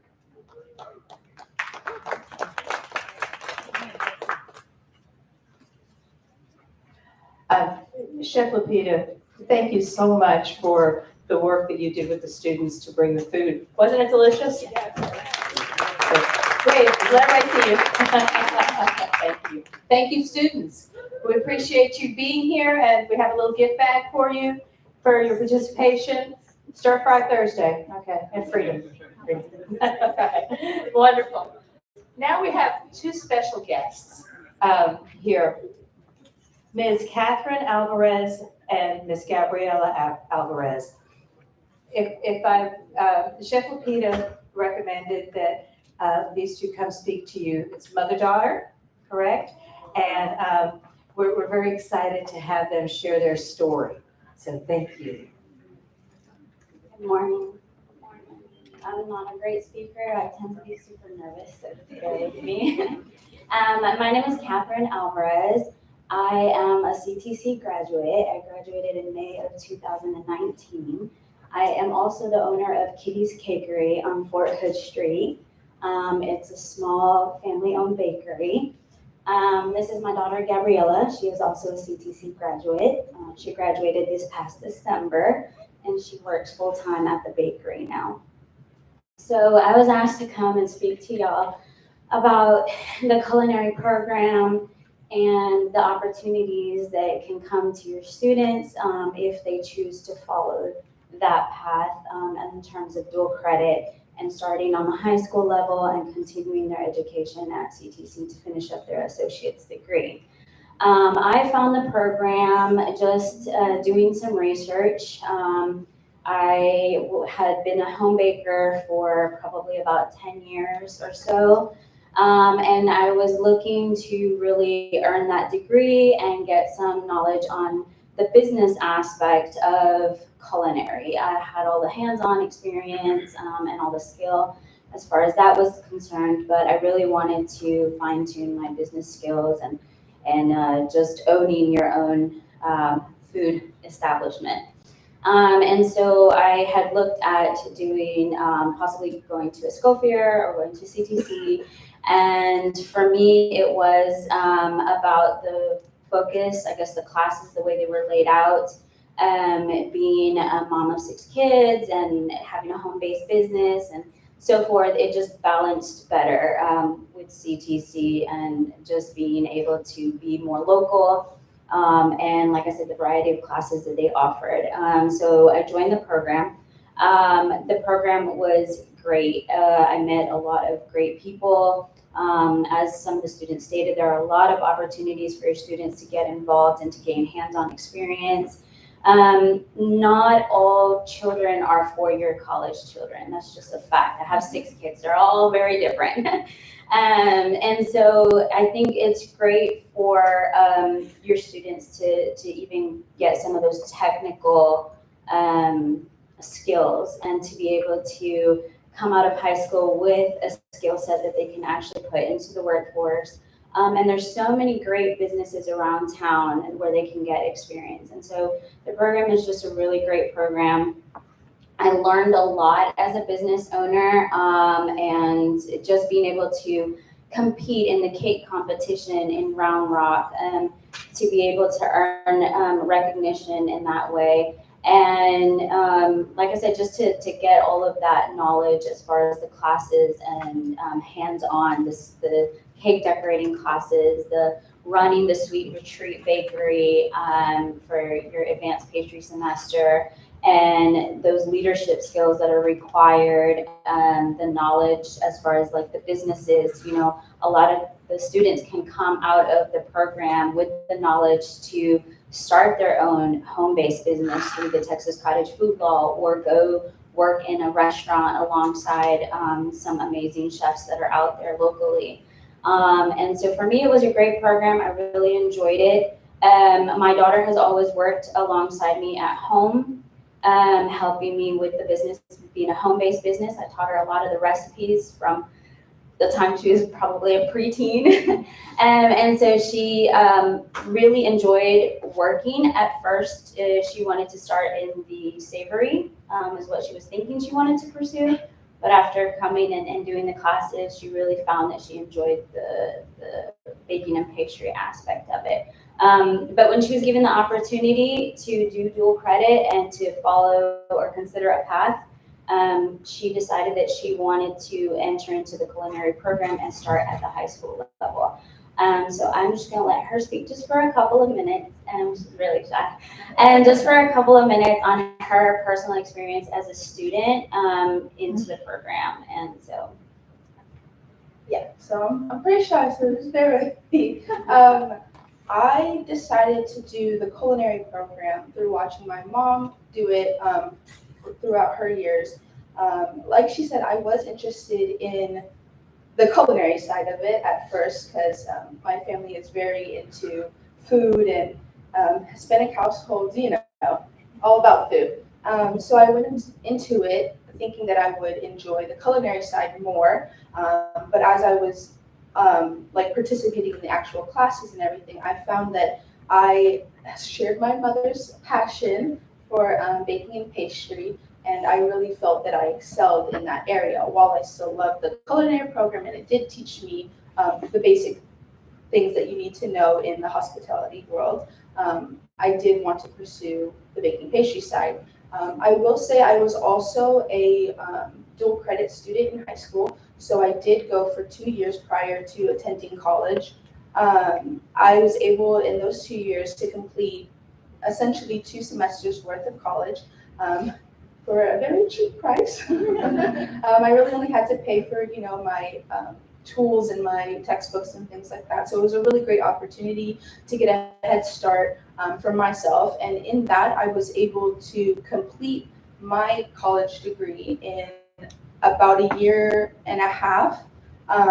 So like I said, I did graduate fall of December. And I am definitely not one of those 4-year college kids. School's not my favorite. So I really like the opportunities that I got here, being able to just learn alongside college students, and then finally becoming a college student and already kind of knowing how things kind of work, just being able to take the opportunities that these classes gave. Like she mentioned, the cake competitions that they would have and everything. It really showed me, you know, how things work and how to manage my time and how to properly just get things done. And so, yeah, I really enjoy being able to do that through CTC. And I personally don't know if I'll want to continue and get a 4-year, but it's always an option because I have these 2 years and this associate's degree under my belt. And I'm just really grateful for the opportunity in general. And I wanted to add, one of the benefits of the culinary program is that they are required to do an internship class. And I think that this is a great opportunity for me as a business owner, but also for the students involved. I work alongside Chef Lupita to offer opportunities at my bakery for interns or students needing to take that internship class. So I've had actually 2 now students, including, well, 3 if you count my daughter. But I've had 3 interns come through my bakery. One of them was with me for 3 years before she took a career opportunity outside of the hospitality industry. But I think it's a great opportunity. Like I said, I work alongside with Chef Lupita to give other students opportunities to get hands-on experience in a real bakery. And I really look forward to that. I look forward to continuing to do that in the years to come as long as I'm a part of this community. So definitely consider encouraging your students to jump in and, like she said, take advantage of the fact that it's free. You know, just tell your students it's free. You don't have to pay for your classes out of pocket. You don't have to, you know, that it's going to be paid through, you know, KISD. And I think it's a great opportunity to get them to just kind of get their feet wet a little bit before jumping in, you know, to college. And like she said, if they do end up deciding later that they want to go to a 4-year college, you know, at least they've got something under their belt. So thank you guys for the opportunity to speak to you about the culinary program and our experiences.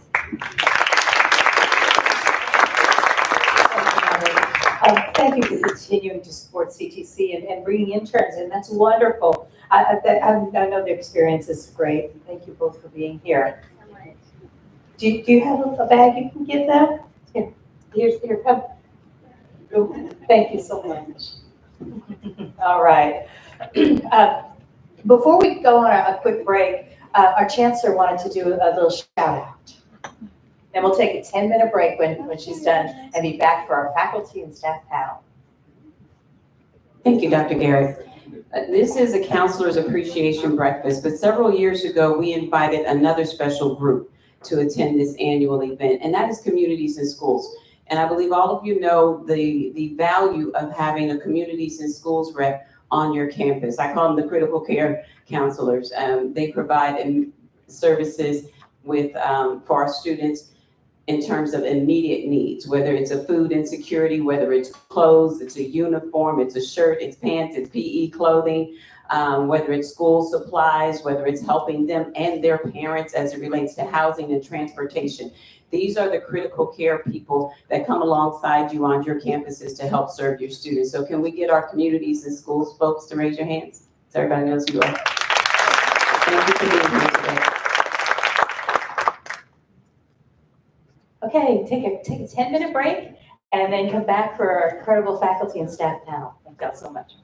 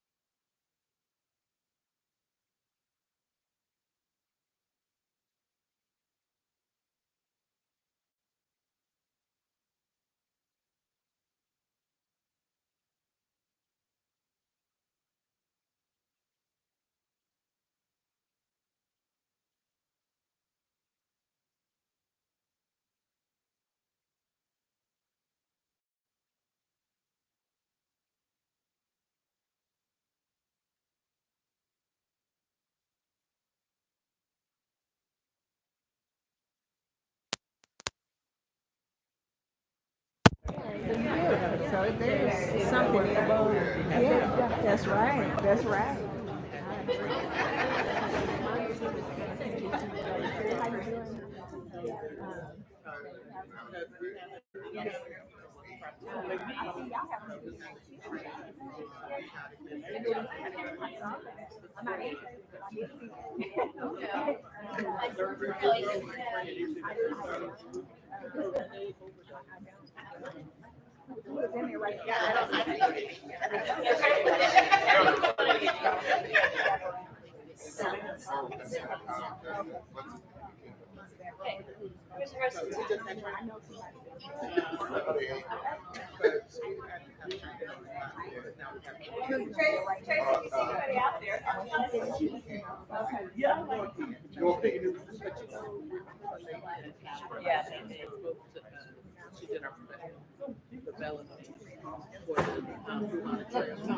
Okay, we're gonna.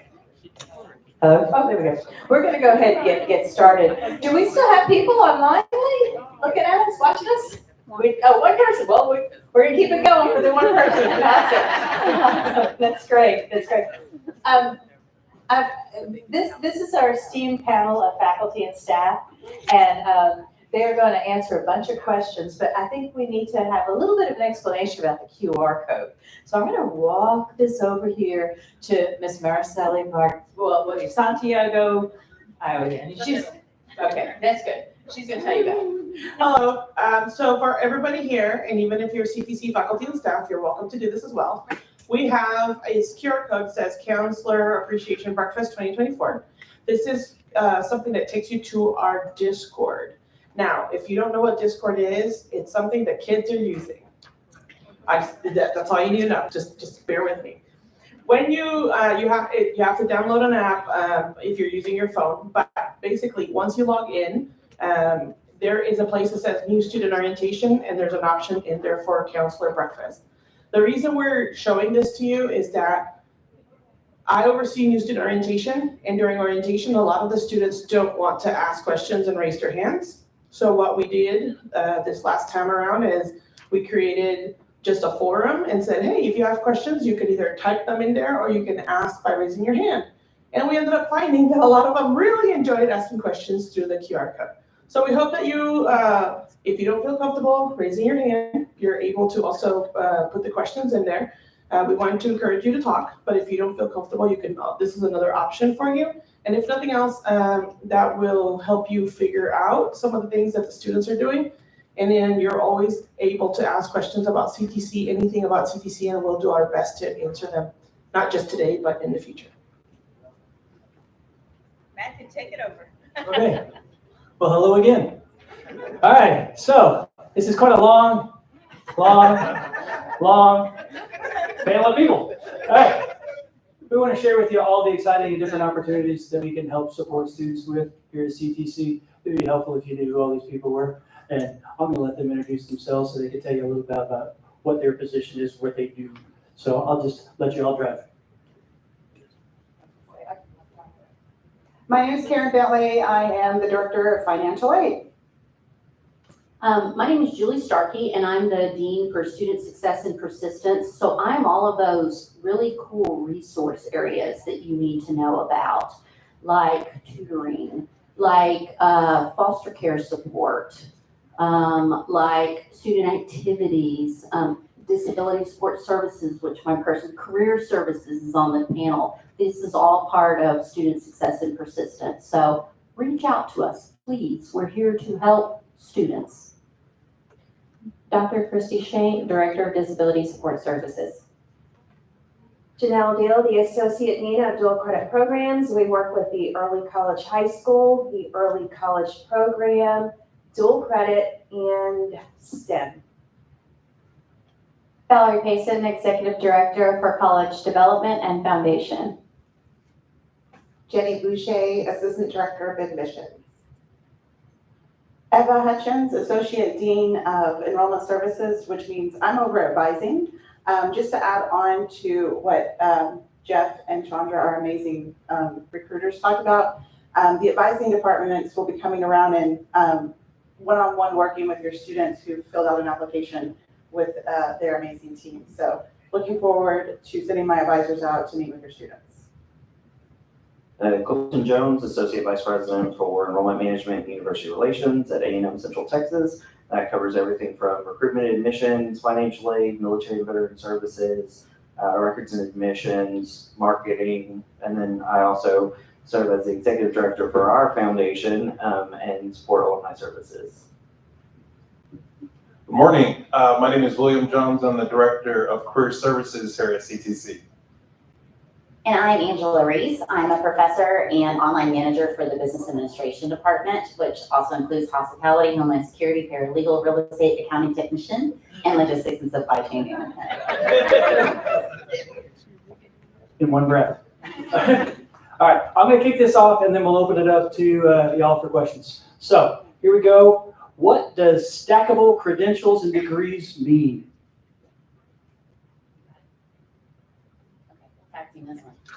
So stackable credentials and degrees is an amazing opportunity for our students.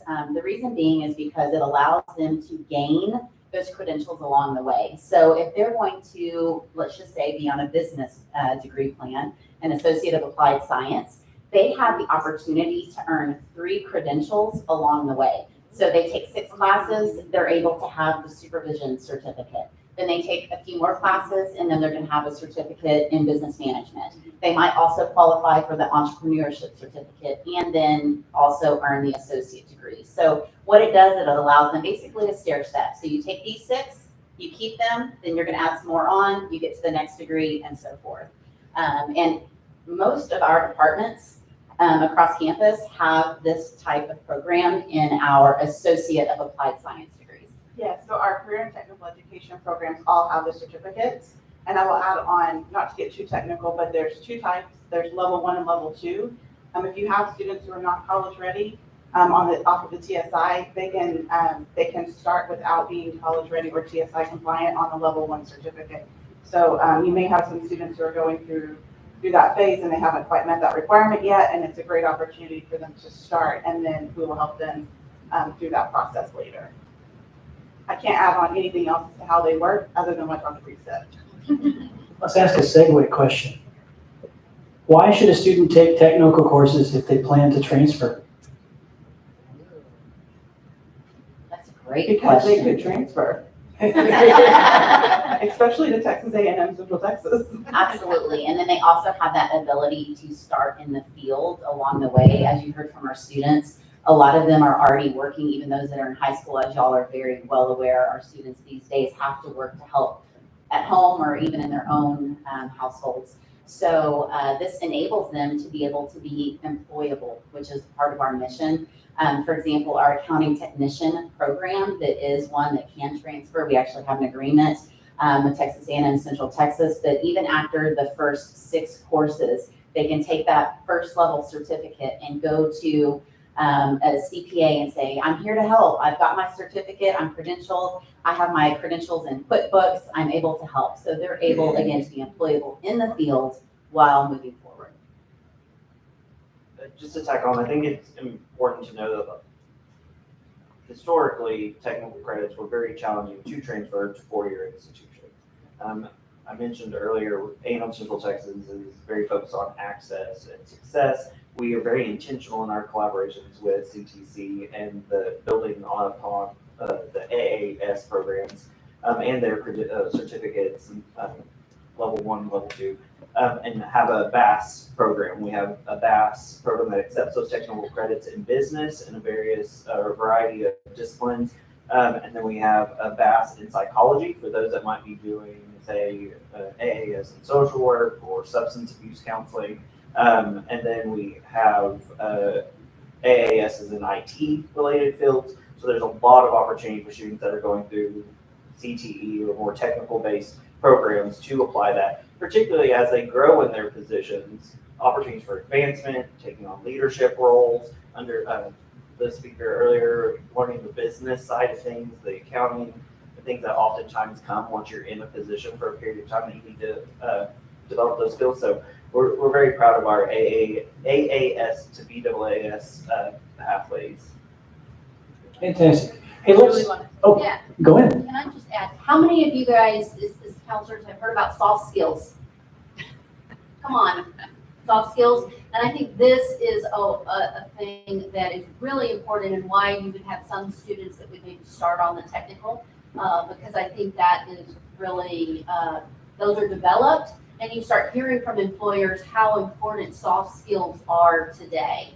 And when Dr. Reese was talking about it's a way to let our students start working in the field as they are completing that degree, understand that a big part of what we push is that soft skill creation. So that's really important, and I would hope that you would help us push the importance of that. And to add in, I just want to say I appreciate what the work that four-year universities are doing. When I first started, there was one at A&M CT. Of course, you just mentioned all that they have, and they're definitely leading, but if you research four-year universities, this is something you'll see more and more these days that we didn't see even 10 years ago. So starting on that technical career side and learning those skills, it's a wonderful opportunity, but it doesn't necessarily pigeonhole you when you do go to transfer.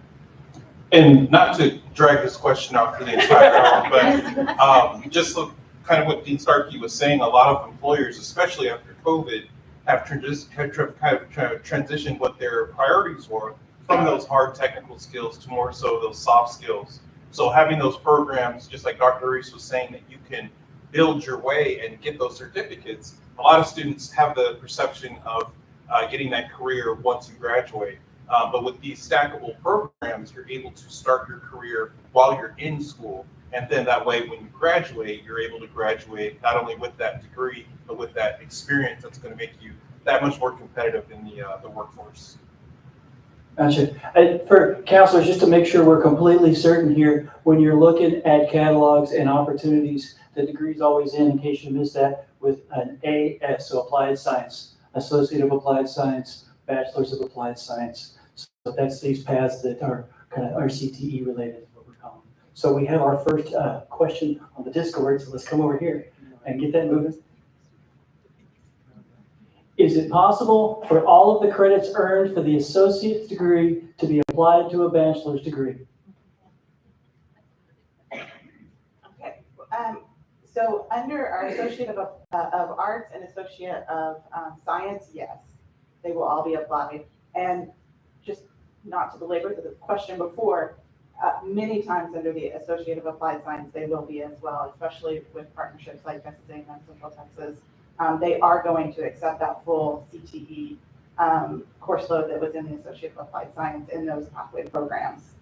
And if I'm answering the question correctly, yes, if you're looking at our Associate of Arts, Associate of Science, those have 42 hours of core curriculum, which is a standardized metric that the state of Texas says that you have to have in your associate in those programs, as well as your bachelor's program.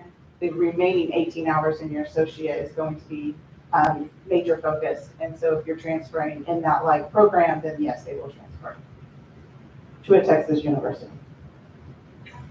And many others that aren't in Texas. Do we have any questions? So, yeah. You said, Don't hear me? I can repeat. I'll repeat it for the people playing along at home. Here. Valerie, this question is for you. The scholarship window opportunity from December 1 through 2 days ago, that was for the applicants applying for the fall of 2024, correct? And the window opportunity in July, is that from now to the end of June? So in other words, the students who applied prior to the deadline a couple of days ago, are they eligible for the scholarship in July? No, they will not be eligible. They will have to reapply. Okay, that's something that we need to, Chandler, you and I need to know for when we go out. Okay, thank you. Yes, sir.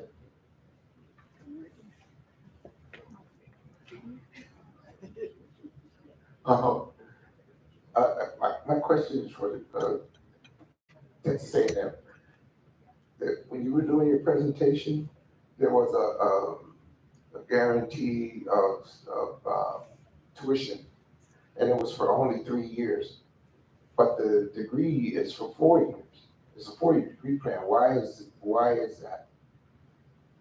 So our employer guarantee, which is what locks the tuition and fee rate in, is a 3-year lock, because A&M Central Texas is an upper division institution, only offers the junior and senior level coursework to earn the bachelor's degree. So the students are completing their freshman and sophomore years through a community college like CTC, and then transferring to the university where they will complete their junior and senior years. The majority of our students, a lot of schools lock it in for 2 years, or for the full 4. If you started as a freshman, you're locked in at 4. So rather than locking it in at 2, we know our student population is a large number of part-time students, 3/4 time, and taking summer courses. So ours is a 3-year lock to make sure we're accounting for the fact that our demographics and our student population is a little bit different than a traditional 4-year institution. Yeah, but that was my question, but you explained it. So if they went in their sophomore year, did all 4 years there, would be locked in. So since they can't, we just offer the 2 years, and then we give them 1 extra year of block rate so they don't have to worry about being part-time. The majority of our students, once they transfer, are completing within that 3-year window. We do have students that do take longer, but that 3-year window is kind of that optimal space for us to provide that guarantee. Business-wise, you also have to look at inflation adjustments and things. Can you lock something indefinitely? So it's part of all the finance, those CFOs in the room, know about all that. Anybody else with a question? Another one? Hello, let's bring it on. We're using technology over here, people. Excellent. Okay. It says, good morning. Is there a department that oversees mental health services for students? If so, which department and what services do you provide? Okay, that would be under SSP, Student Success and Persistence. We have a brand new office. It's called Wellness and Counseling Services. Nadia Villanova, will you stand up? Woohoo! She's our director. All LPC, not only her, but we also have another counselor in that office area. Would you let her just say a few words? Absolutely. Introduce herself and what all she does?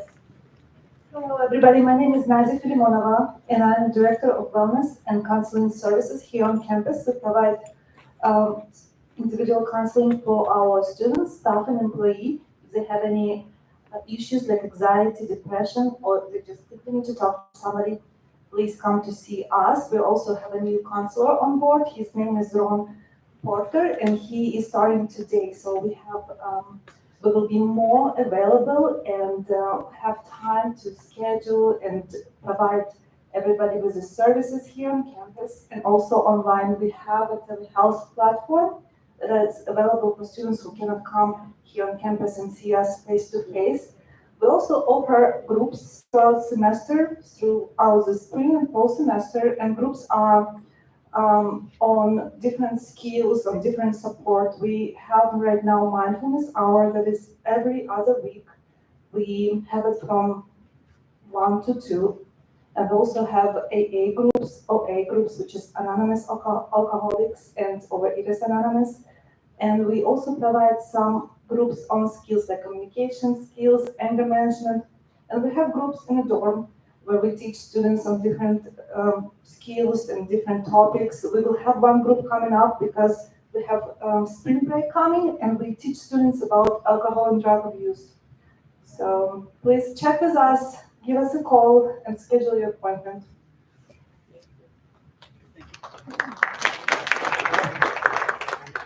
Going back to the well over here. The well is not running dry. Here we go. Is there a scholarship available to students that are in pursuit of a degree in education? Specifically for students in education and training program planning to attend CTC, then transfer to Texas A&M Central Texas? Yes, we do have educational opportunities, or as far as scholarships available.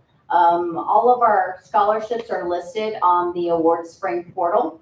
So you can get an in-depth description on each of those opportunities at awardspring.com. You can also go to our website, and if you go to About Us under Scholarships, click on that link there. It's a little icon that you'll just click on, and it'll take you directly to awardspring.com. Just to add on to what Valerie was referring to, in addition to the 4-year scholarships that we offer between our two institutions, that'll pay for the first 2 years at CTC and the second 2 at A&M Central Texas. Once students transfer, in addition to the scholarships they're earning at CTC, they can apply and earn scholarships or receive scholarships from A&M Central Texas. We also have education specific for teacher prep and other discipline specifics, but we also oftentimes, interestingly enough, and I know a lot of institutions struggle with this, don't award or can't award all of their scholarship opportunities. They'll make an offer, but maintaining eligibility means money's not being able to be expended. And so encourage students to take the time to do the application. We've all streamlined, as she was referring to earlier, that application process, but we need more applicants and more students to be able to effectively utilize all the funds that our benefactors have given us to support our students through their academic endeavor. I'm just going to ask one here. How can a student who had an IEP in high school receive disability services or accommodations from college classes? And I'm going to do a tag along here, so I can repeat the second one later if you like. And how are accommodations different between high school and college? One of the big differences between high school and college is that the responsibility shifts from the school to the student. That means at the college level, the student has to self-identify to the disability office because we do not seek out students. They have to have a qualifying disability under the Americans with Disability Act and provide us with documentation. Usually the high school documentation is not considered sufficient at the college level due to the differences in disability laws. However, if a student does have a complete and full evaluation, we do recommend that they bring it to us and we can take a look at it to see if it's sufficient. If it's not sufficient, we will work with the student to let them know what we are missing in that documentation. Essentially, the documentation must state what the disability is, how it affects their major life activities, how it impacts them in the learning environment, as well as what accommodations that they need. One of the big differences is at the college level, we do not write IEPs or 504 plans. They are held to the same academic standards as all other students. That means they will complete the same tests and coursework, but with accommodations. For example, if they have extended testing time or separate testing area, those are some of the accommodations that we can help them with. Accommodations are dependent upon what their disability is, so it'll vary from student to student. So we recommend that they come see us as soon as possible so we can work with them. They can request accommodations at any time, but it's important to note that the accommodations are not retroactive, so it'll start from the time that they request them. Another big difference is that accommodations do not carry over from semester to semester. The student has to request them every semester from our office. So we recommend if you are working with any of the high school students, to please encourage them to come see us as soon as possible so we can talk to them about documentation requirements and what accommodations that might be helpful for them at the college level. Absolutely. Yeah. To piggyback with Dr. Shake's information regarding financial aid, the students seeking accommodations are held per Department of Education to the same standards as any other college student so that they can continue to receive financial aid. They are still required to maintain eligibility. I'm actually going to add a little bit here myself from the faculty perspective. So as a former high school teacher and now have been a faculty member here for a good time, a big difference is that as a high school teacher, you have the student's diagnosis and you understand exactly what they're getting accommodations for. As a college faculty member, you are notified that it's just accommodation only. This student has time and a half on an exam. This time, this student has this. You have zero idea what their diagnosis is for privacy reasons. And so if there is a reason that if there's a reason that the student would consider disclosing to the faculty member to help accommodate them in a better way, you know, for whatever reason, you know, I've had students that have PTSD and some different things. And if we are aware, we're not disclosed to unless the student discloses to us as faculty members. So if there's something that they wish the faculty member to be responsive to, the only way we will ever know is if the student self-discloses. So I think that that's good information as some of these students transition from high school to college, that they may expect their faculty member to already know where they're coming from, and they have no idea, except that they may receive an accommodation if they have taken the initiative to go see Dr. Schenk and get those going. So, okay. Oh, we have a question over here. Yes. Does this is hard to get out of my mouth here. Does dual credit students graduating from high school as dual credit students graduating from high school, do they need to reapply to the college?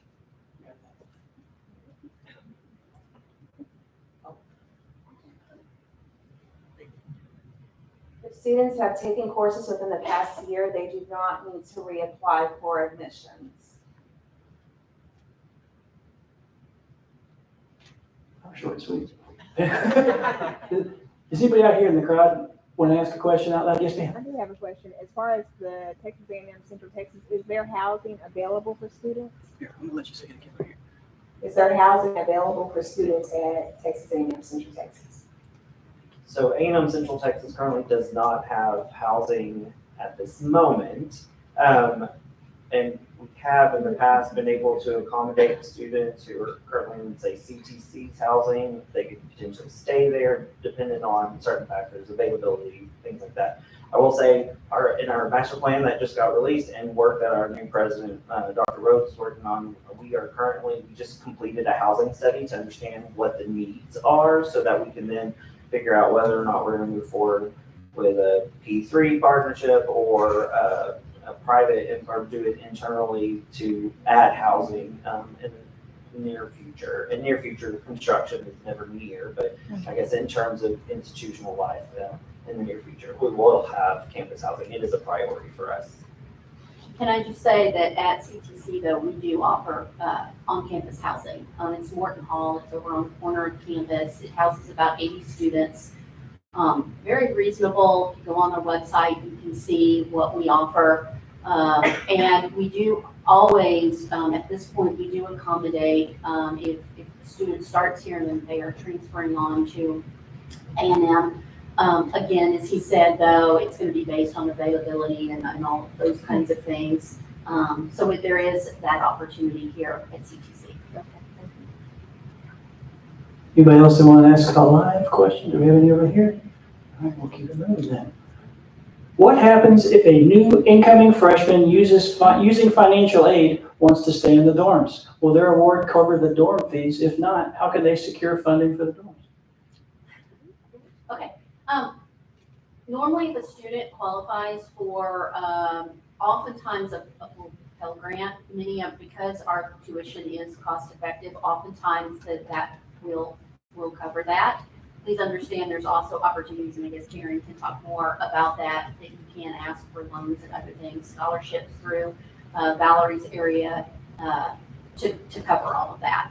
Both, I want to remind everybody, both our tuition and our housing costs are incredibly reasonable. But I'm going to let Karen talk specifically about how we can leverage Pell Grant and loans to cover all of that here at CTC.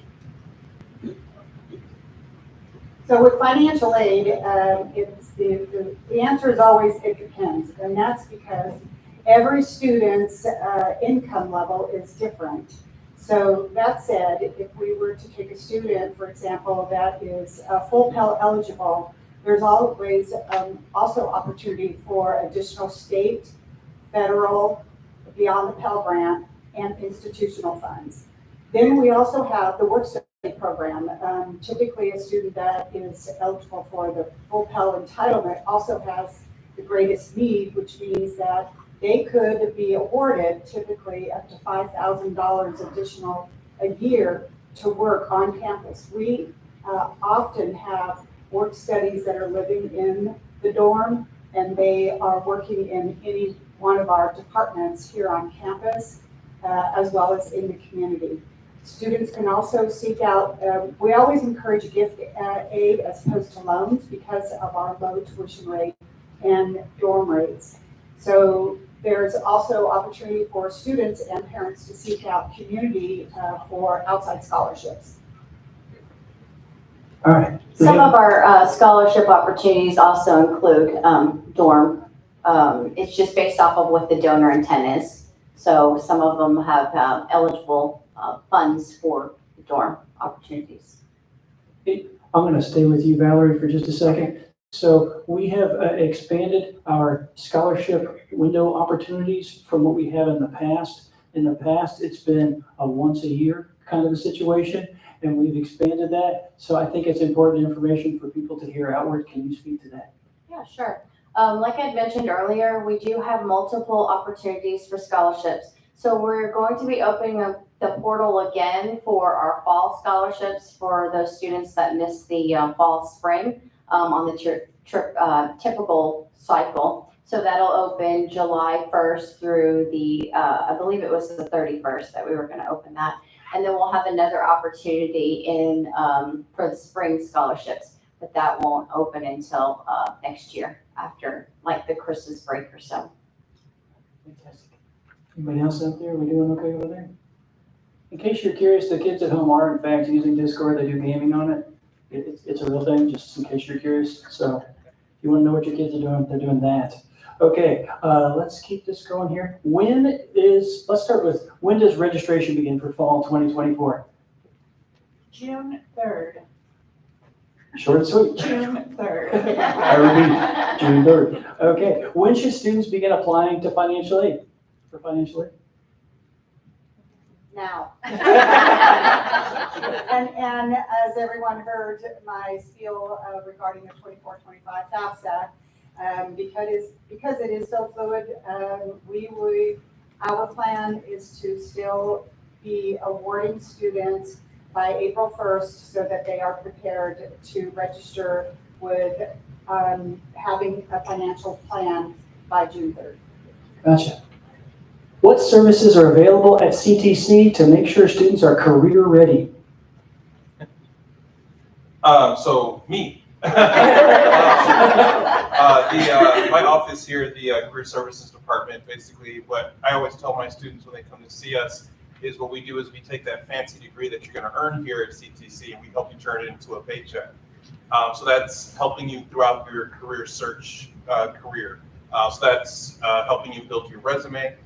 We can help you with interview skills. We can connect you with employers either through our recruiting events that we host here on campus, or sometimes through our connections in the community. We can make you aware of hiring events that are outside. So anything that's involved in the process of you going from looking for a job to actually landing that job, and then not only is there, but progressing in your career. So we help you with career counseling to take your career to the next level.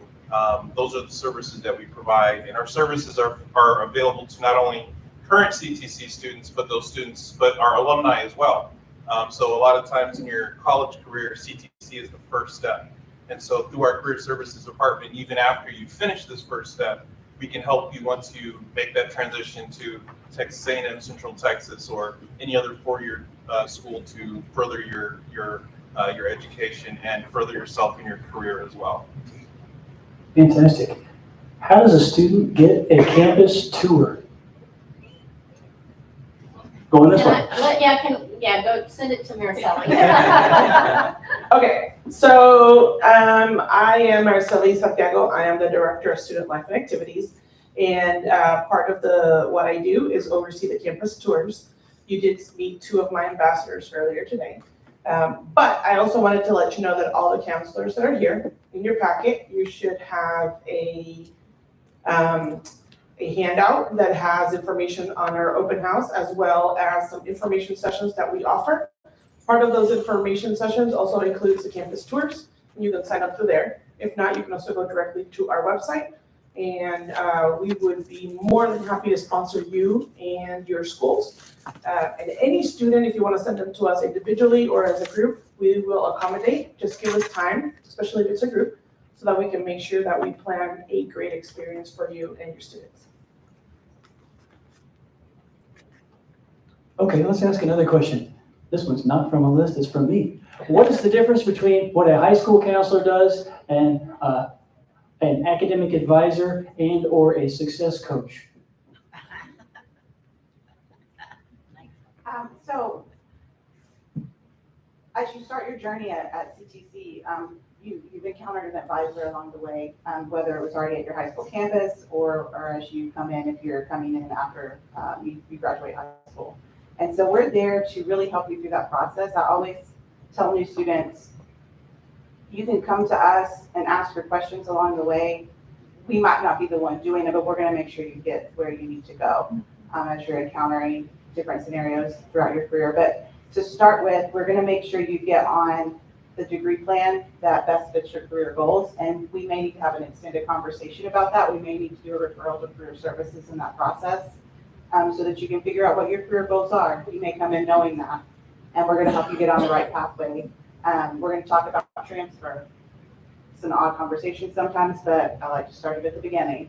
And we're going to help you with anything and everything in between that point and graduation. So registering for classes each semester, making sure you're meeting your goals. If you have a desired early graduation date, we can make sure you take the right sequence of classes for that. And then just providing those referrals out if there's something that comes up along your journey that is not part of our area. So oftentimes we are using the resources on campus, such as our foster care liaison or our health, I don't know the new name yet, health and wellness, but for Wellness and counseling. wellness and counseling. I knew I didn't have it. Close enough. Yeah, thank you. And career services and many more. So I really like to think of us as your, I mean, and it's pretty similar to what occurs on the high school campus. You're there for that student for anything and everything that may come up, and it's not just one thing, and it's the same with us. But we're just really there to guide you through that college career and experience. And I'll let Julie talk about it. Very excited to let everybody know we are launching a student success coaching program. Who's going to be our lead is Ms. Charlotte Wesley. Charlotte, wave to everybody. She's going to be doing that for us. And what we believe at CTC is that a student success team is made up of the academic advisor that they have. It's made up of their faculty that teach them in the class, because those are powerful relationships that form. But we're adding a third piece. We're adding the student success coach, and this is to help them manage their student life.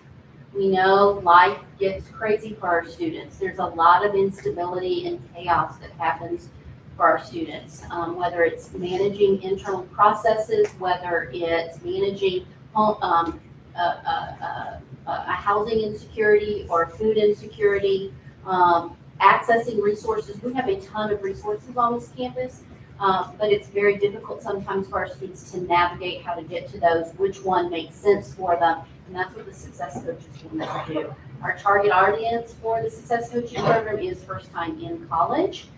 We're not turning away anybody, but that is going to be the target audience, because again, we're going to start with a few number of coaches and then expand it as we see that it's going gangbusters.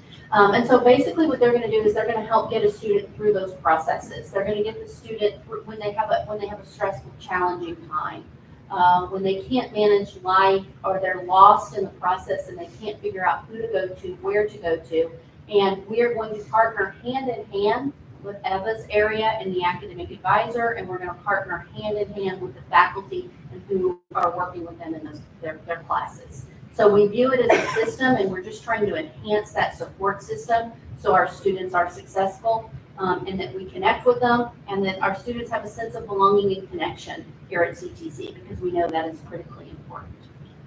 Yeah. In the middle of all of that response, there was one little thing that this next question will kind of tie in with. Is there someone or an office who can help a former foster care student receive services, et cetera? That again would be student success and persistence area. Specifically, it is the academic studio area. Charlotte Wesley right now is serving as our former foster care. Sure, stand up so they can see you. Stand up. We affectionately call Charlotte our mama bear on campus, because she wraps her arms around every student that walks through her door and provides support and assistance to them. And so certainly she provides support and assistance to our former foster care students. I would ask if you, as a counselor, please get in touch with her earlier rather than later if you need help and support from her area. And I think she may have a couple of words, because I think, yeah, she has cards available, and this is a valuable resource for you as counselors, is to know who our foster care liaison is. And so I really think if you have that, you probably need to pick up a card from her. Hello. So on your table, and I think I did a pretty good job of making sure that you all had the pamphlets. So in this pamphlet, on the back, you have a list of our local PALS coordinators. That is very, very, very important information and connection. So PALS, preparation for adult living. And this is for our students that are aging out of the foster care system. So as they're aging out, they're becoming adults, and so we don't even know what that means sometimes. So a former foster youth, they just have a lot to try to overcome and a lot to learn moving forward. So getting in touch with a PALS coordinator, the students should have or know who their PALS coordinator is in high school, but if they don't, make sure that you make that connection before they leave your campus. So inside the pamphlet, it talks about a lot of things that education-wise that the students are, that are made available for our former foster care youth. So take the time to read through this pamphlet, and if you get nothing else out of this, please take my card and I can help you make that connection, because that connection is very, very important. And I think we all have to be passionate about this, because a former foster care student, just because they finished high school, that should not be the end of their story. Let's use these resources that are available to them and help them along their journey. While I'm over here, is anybody wanting to ask one line? Okay, we'll keep it moving then. All right, I'm gonna pull a rabbit out of the hat again. Has the CTC application process changed? Is there anything new that we need to address? So the CTC application, we have a new application system, so we're working all the kinks out of that in the admissions department. Most important thing is that if you can go to our website and click the apply now, and that'll take you to the new application system. But the Apply Texas is of course always going to be available to students, so they can go to either platform to apply. Fantastic. All right, do y'all have any on there? Okay, I'm coming to you though. Here we go. Where'd it go? When is new student orientation? Is it required? What will the students get for participating in that program?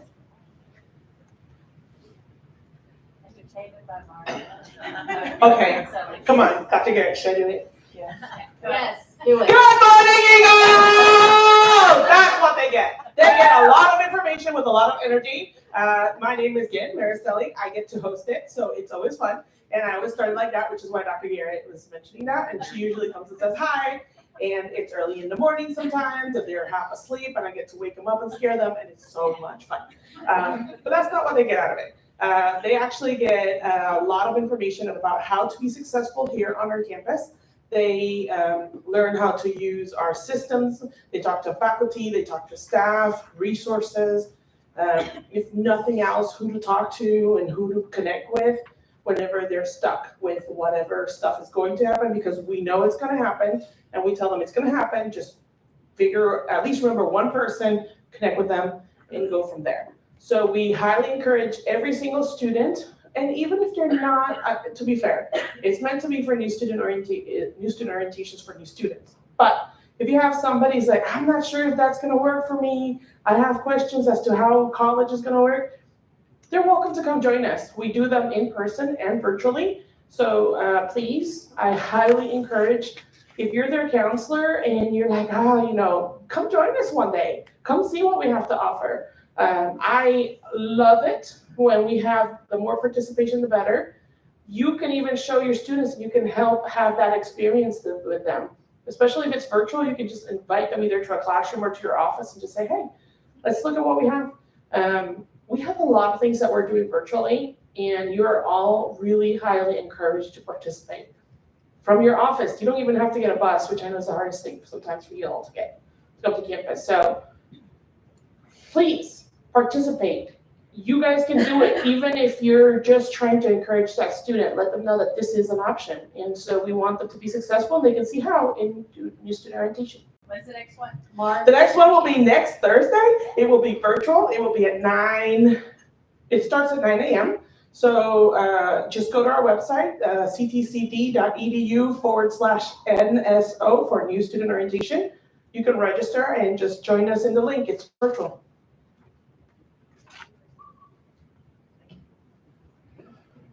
Okay. Arm's not quite long enough. Okay. Yeah, no, I'm good. Okay, thank you. If a student is struggling with a class or understanding some of the technology requirements or cannot figure out how to organize things to be a successful student, what should that student do? Back when you have to send the student to student success and persistence. You can tell we're the resource area.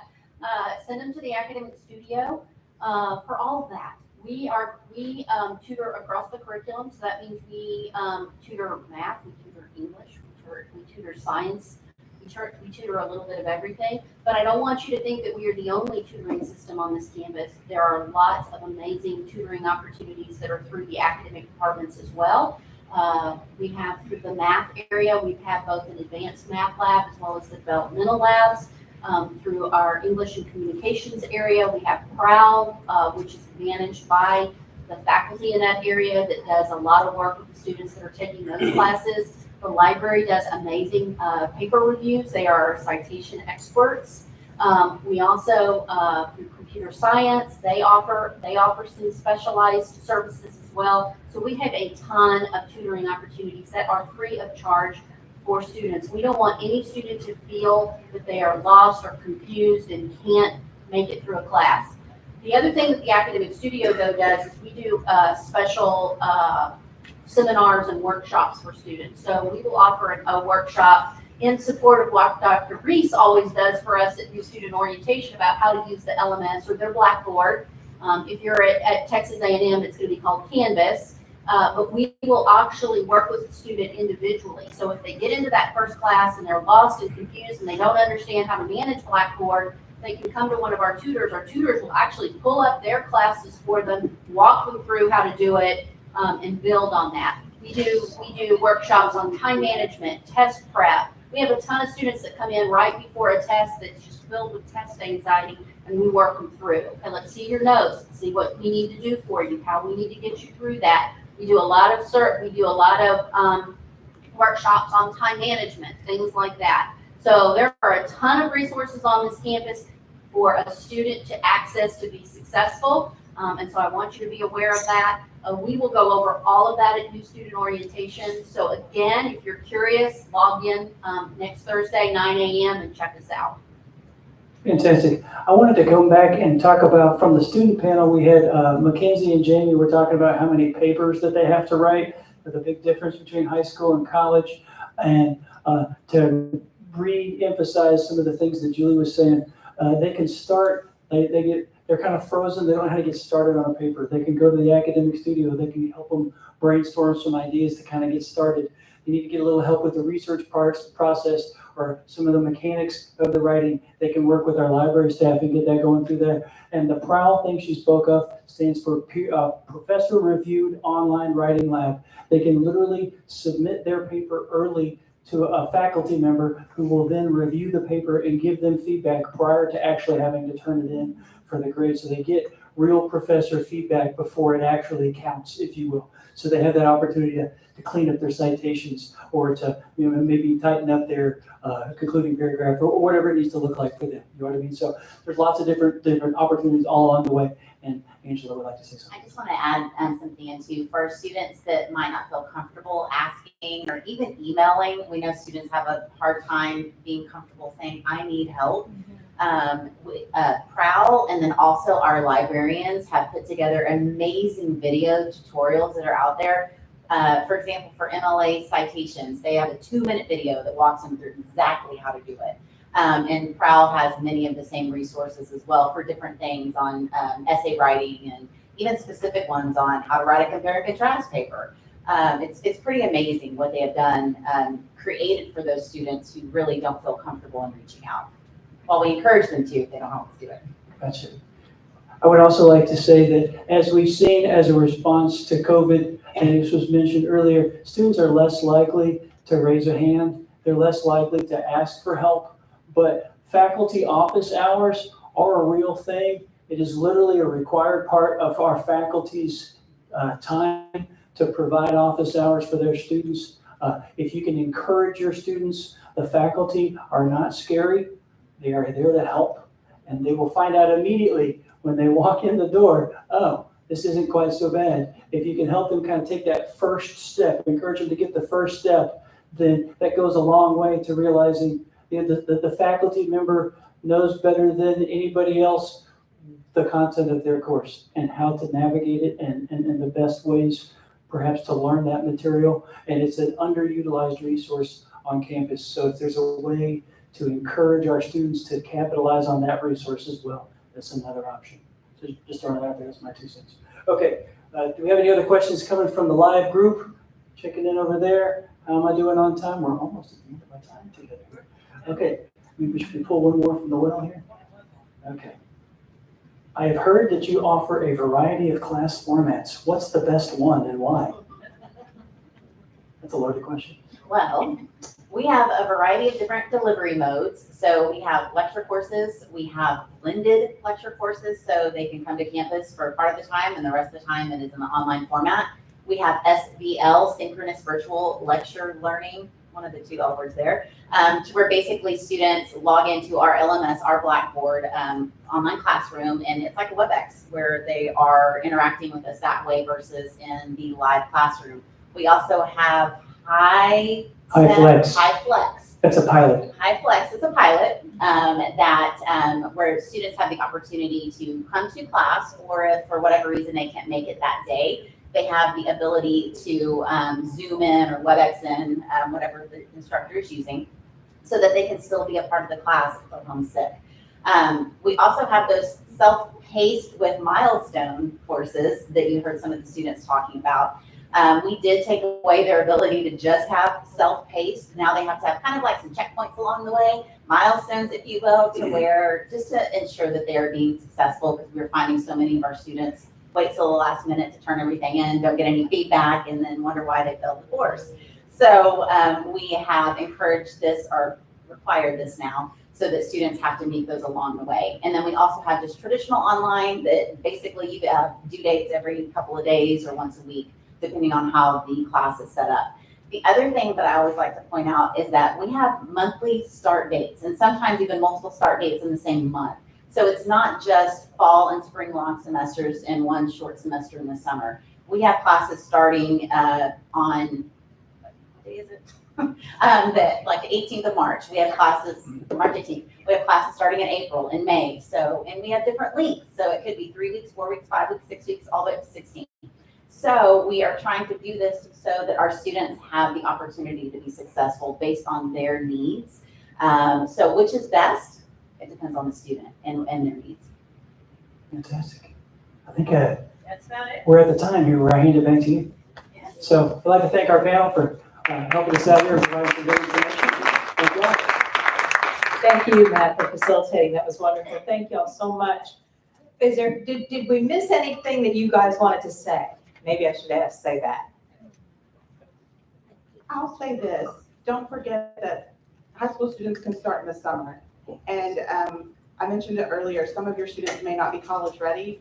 We do offer the preparatory courses, the developmental courses that they would need to take if they did not become college ready off of the TSI over the summer, which even if they're not staying here and they're planning to go, that's a big boost to be college ready if you are planning to transfer in the fall. So don't forget about summer.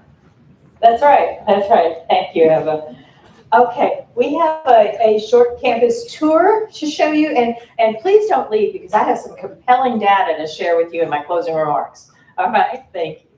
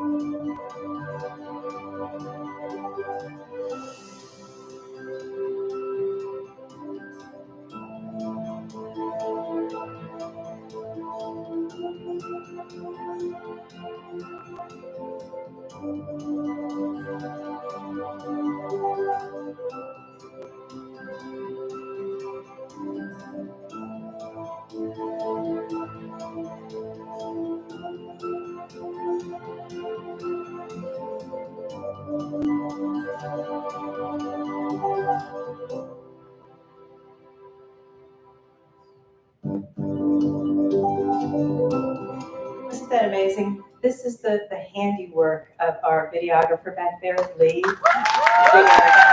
She did an amazing job. The first time I saw this, I'm tearing up now. It touched me so much because that's my campus. That's where I work. And it was just so incredible. So we really appreciate the work that she did.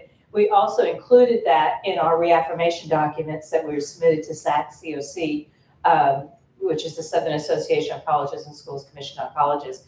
We are up for reaffirmation every 10 years, and the team that worked tirelessly to get that done was able to submit that at Monday. So, yes, that was great. Okay, I have a few things that I want to share with you as far as data goes, and I don't want to leave you on a boring point, but it's important for you to understand some of the things that are happening at the state level and the data that they're looking at when it comes to our community as well as across the state of Texas. And I have blank to college data because it's from any aspect. It could be from college, it could be an older person coming to college, it could be dual credit. There's many opportunities to come to college, but the outcome metrics that I'm going to show you in a moment are related to information measured over 11 years, including the last year of middle school, being what the coordinating board looks at as 8th grade through high school, and then allowing for 6 years of higher education. So keep that in mind as we look at some of this information. But the Texas Higher Education Coordinating Board has a strategic plan that was developed by a tri-agency group. This tri-agency group includes the Texas Higher Education Coordinating Board, which oversees us in the state of Texas, the Texas Workforce Commission, and TEA, the Texas Education Agency, which y'all are very familiar with. But the strategic plan is all about economic prosperity in the state of Texas. It's all, the metrics that they're using is that 60% of all Texans aged 25 to 64, they expanded that because they recognize the need for to measure adult progression through college as well, will receive a degree, a certificate, or a post-secondary credential by 2030.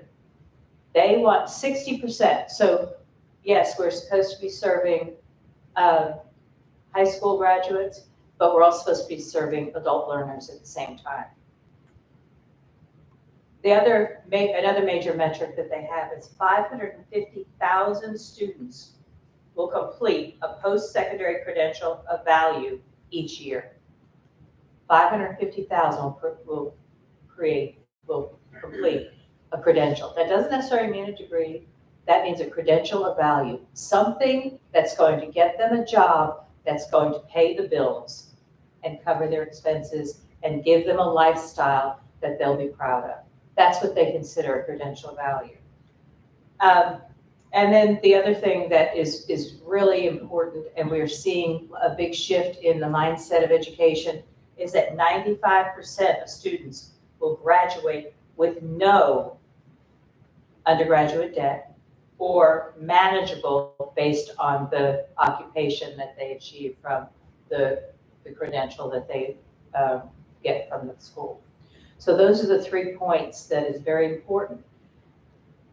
That while that's the goals of the Texas Higher Education Coordinating Board, we can't meet those without the high school counselors, without the people that work at the high schools to help funnel the students through. This information, while it might be a little blurry and hard to see, I apologize for that. I was on a coordinating board meeting virtually. I normally go down to Austin and attend it, but for some reason this month I couldn't. I was working on accreditation. Anyway, but this was a slide that they put up that just hit me. It hit me so hard. They're looking at, remember what I told you about the time frame? They're looking at 8th graders from 2012 to 2013. Initially, I'm like, why is that data so old? Well, they have to progress, don't they? They have to make it through. We lose 5% of them from the 8th to the 9th grade.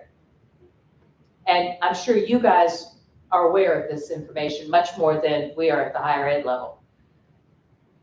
But only 82% then graduate from the high school. I thought that was a little high though. I thought we lost more than that, but I'm glad they reckoned it 82%. But only 52% actually enroll in higher education. And that's sad. Every single person should have that opportunity. Then the worst number is only 22% actually earn a credential when they go to higher education.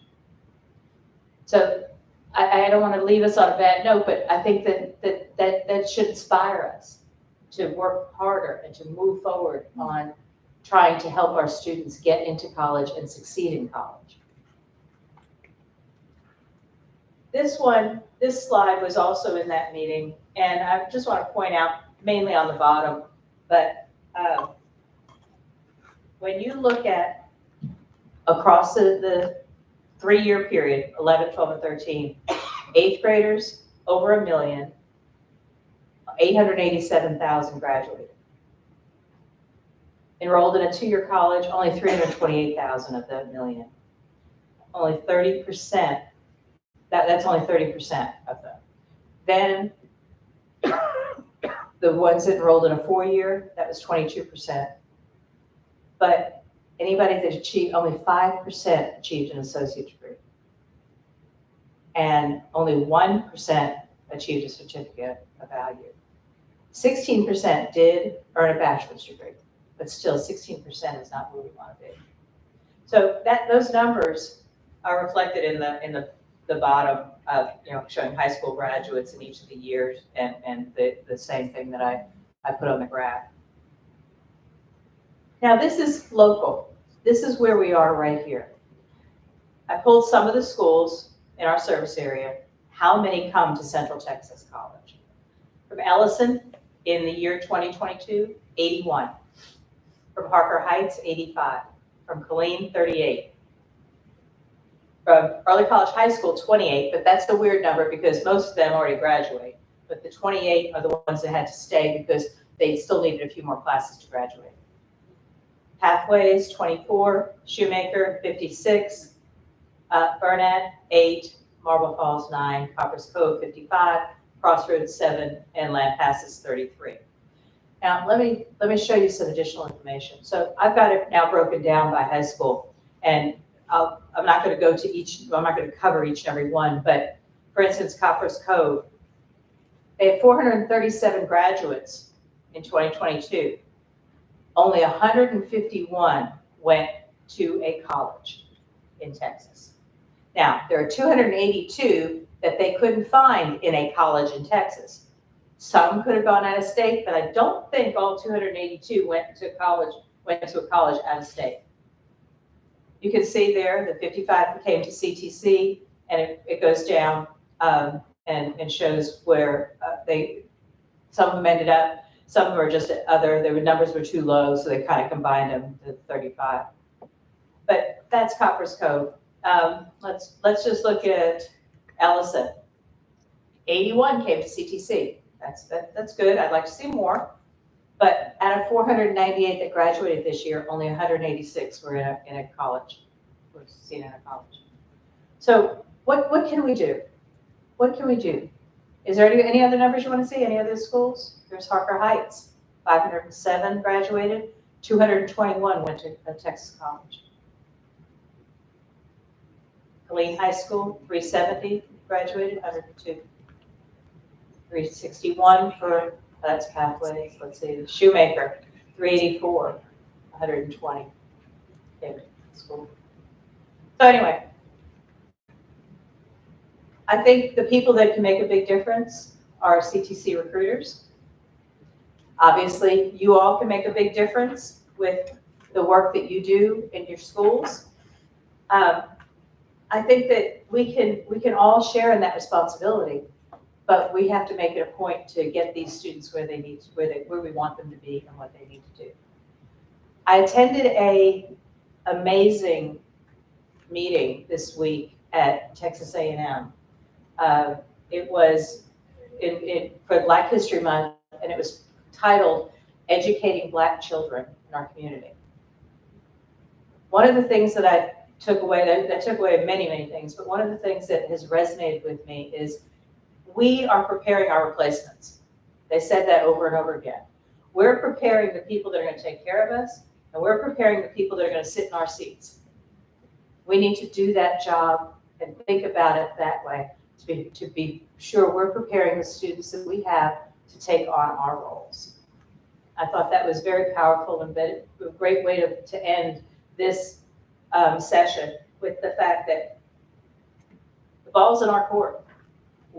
If we want to prepare the people that are going to take our place, let's do it. Let's do it well. That's basically what I had to say, and I want to say thank you for being here. Thank you for taking the time. It means that you care about your students, and it means that you want to see them be successful and get to college and have the earning potential that they can achieve. So, have a wonderful weekend. Have a wonderful spring. Have a wonderful break if you get a spring break. And I hope to see you next year. Thank you.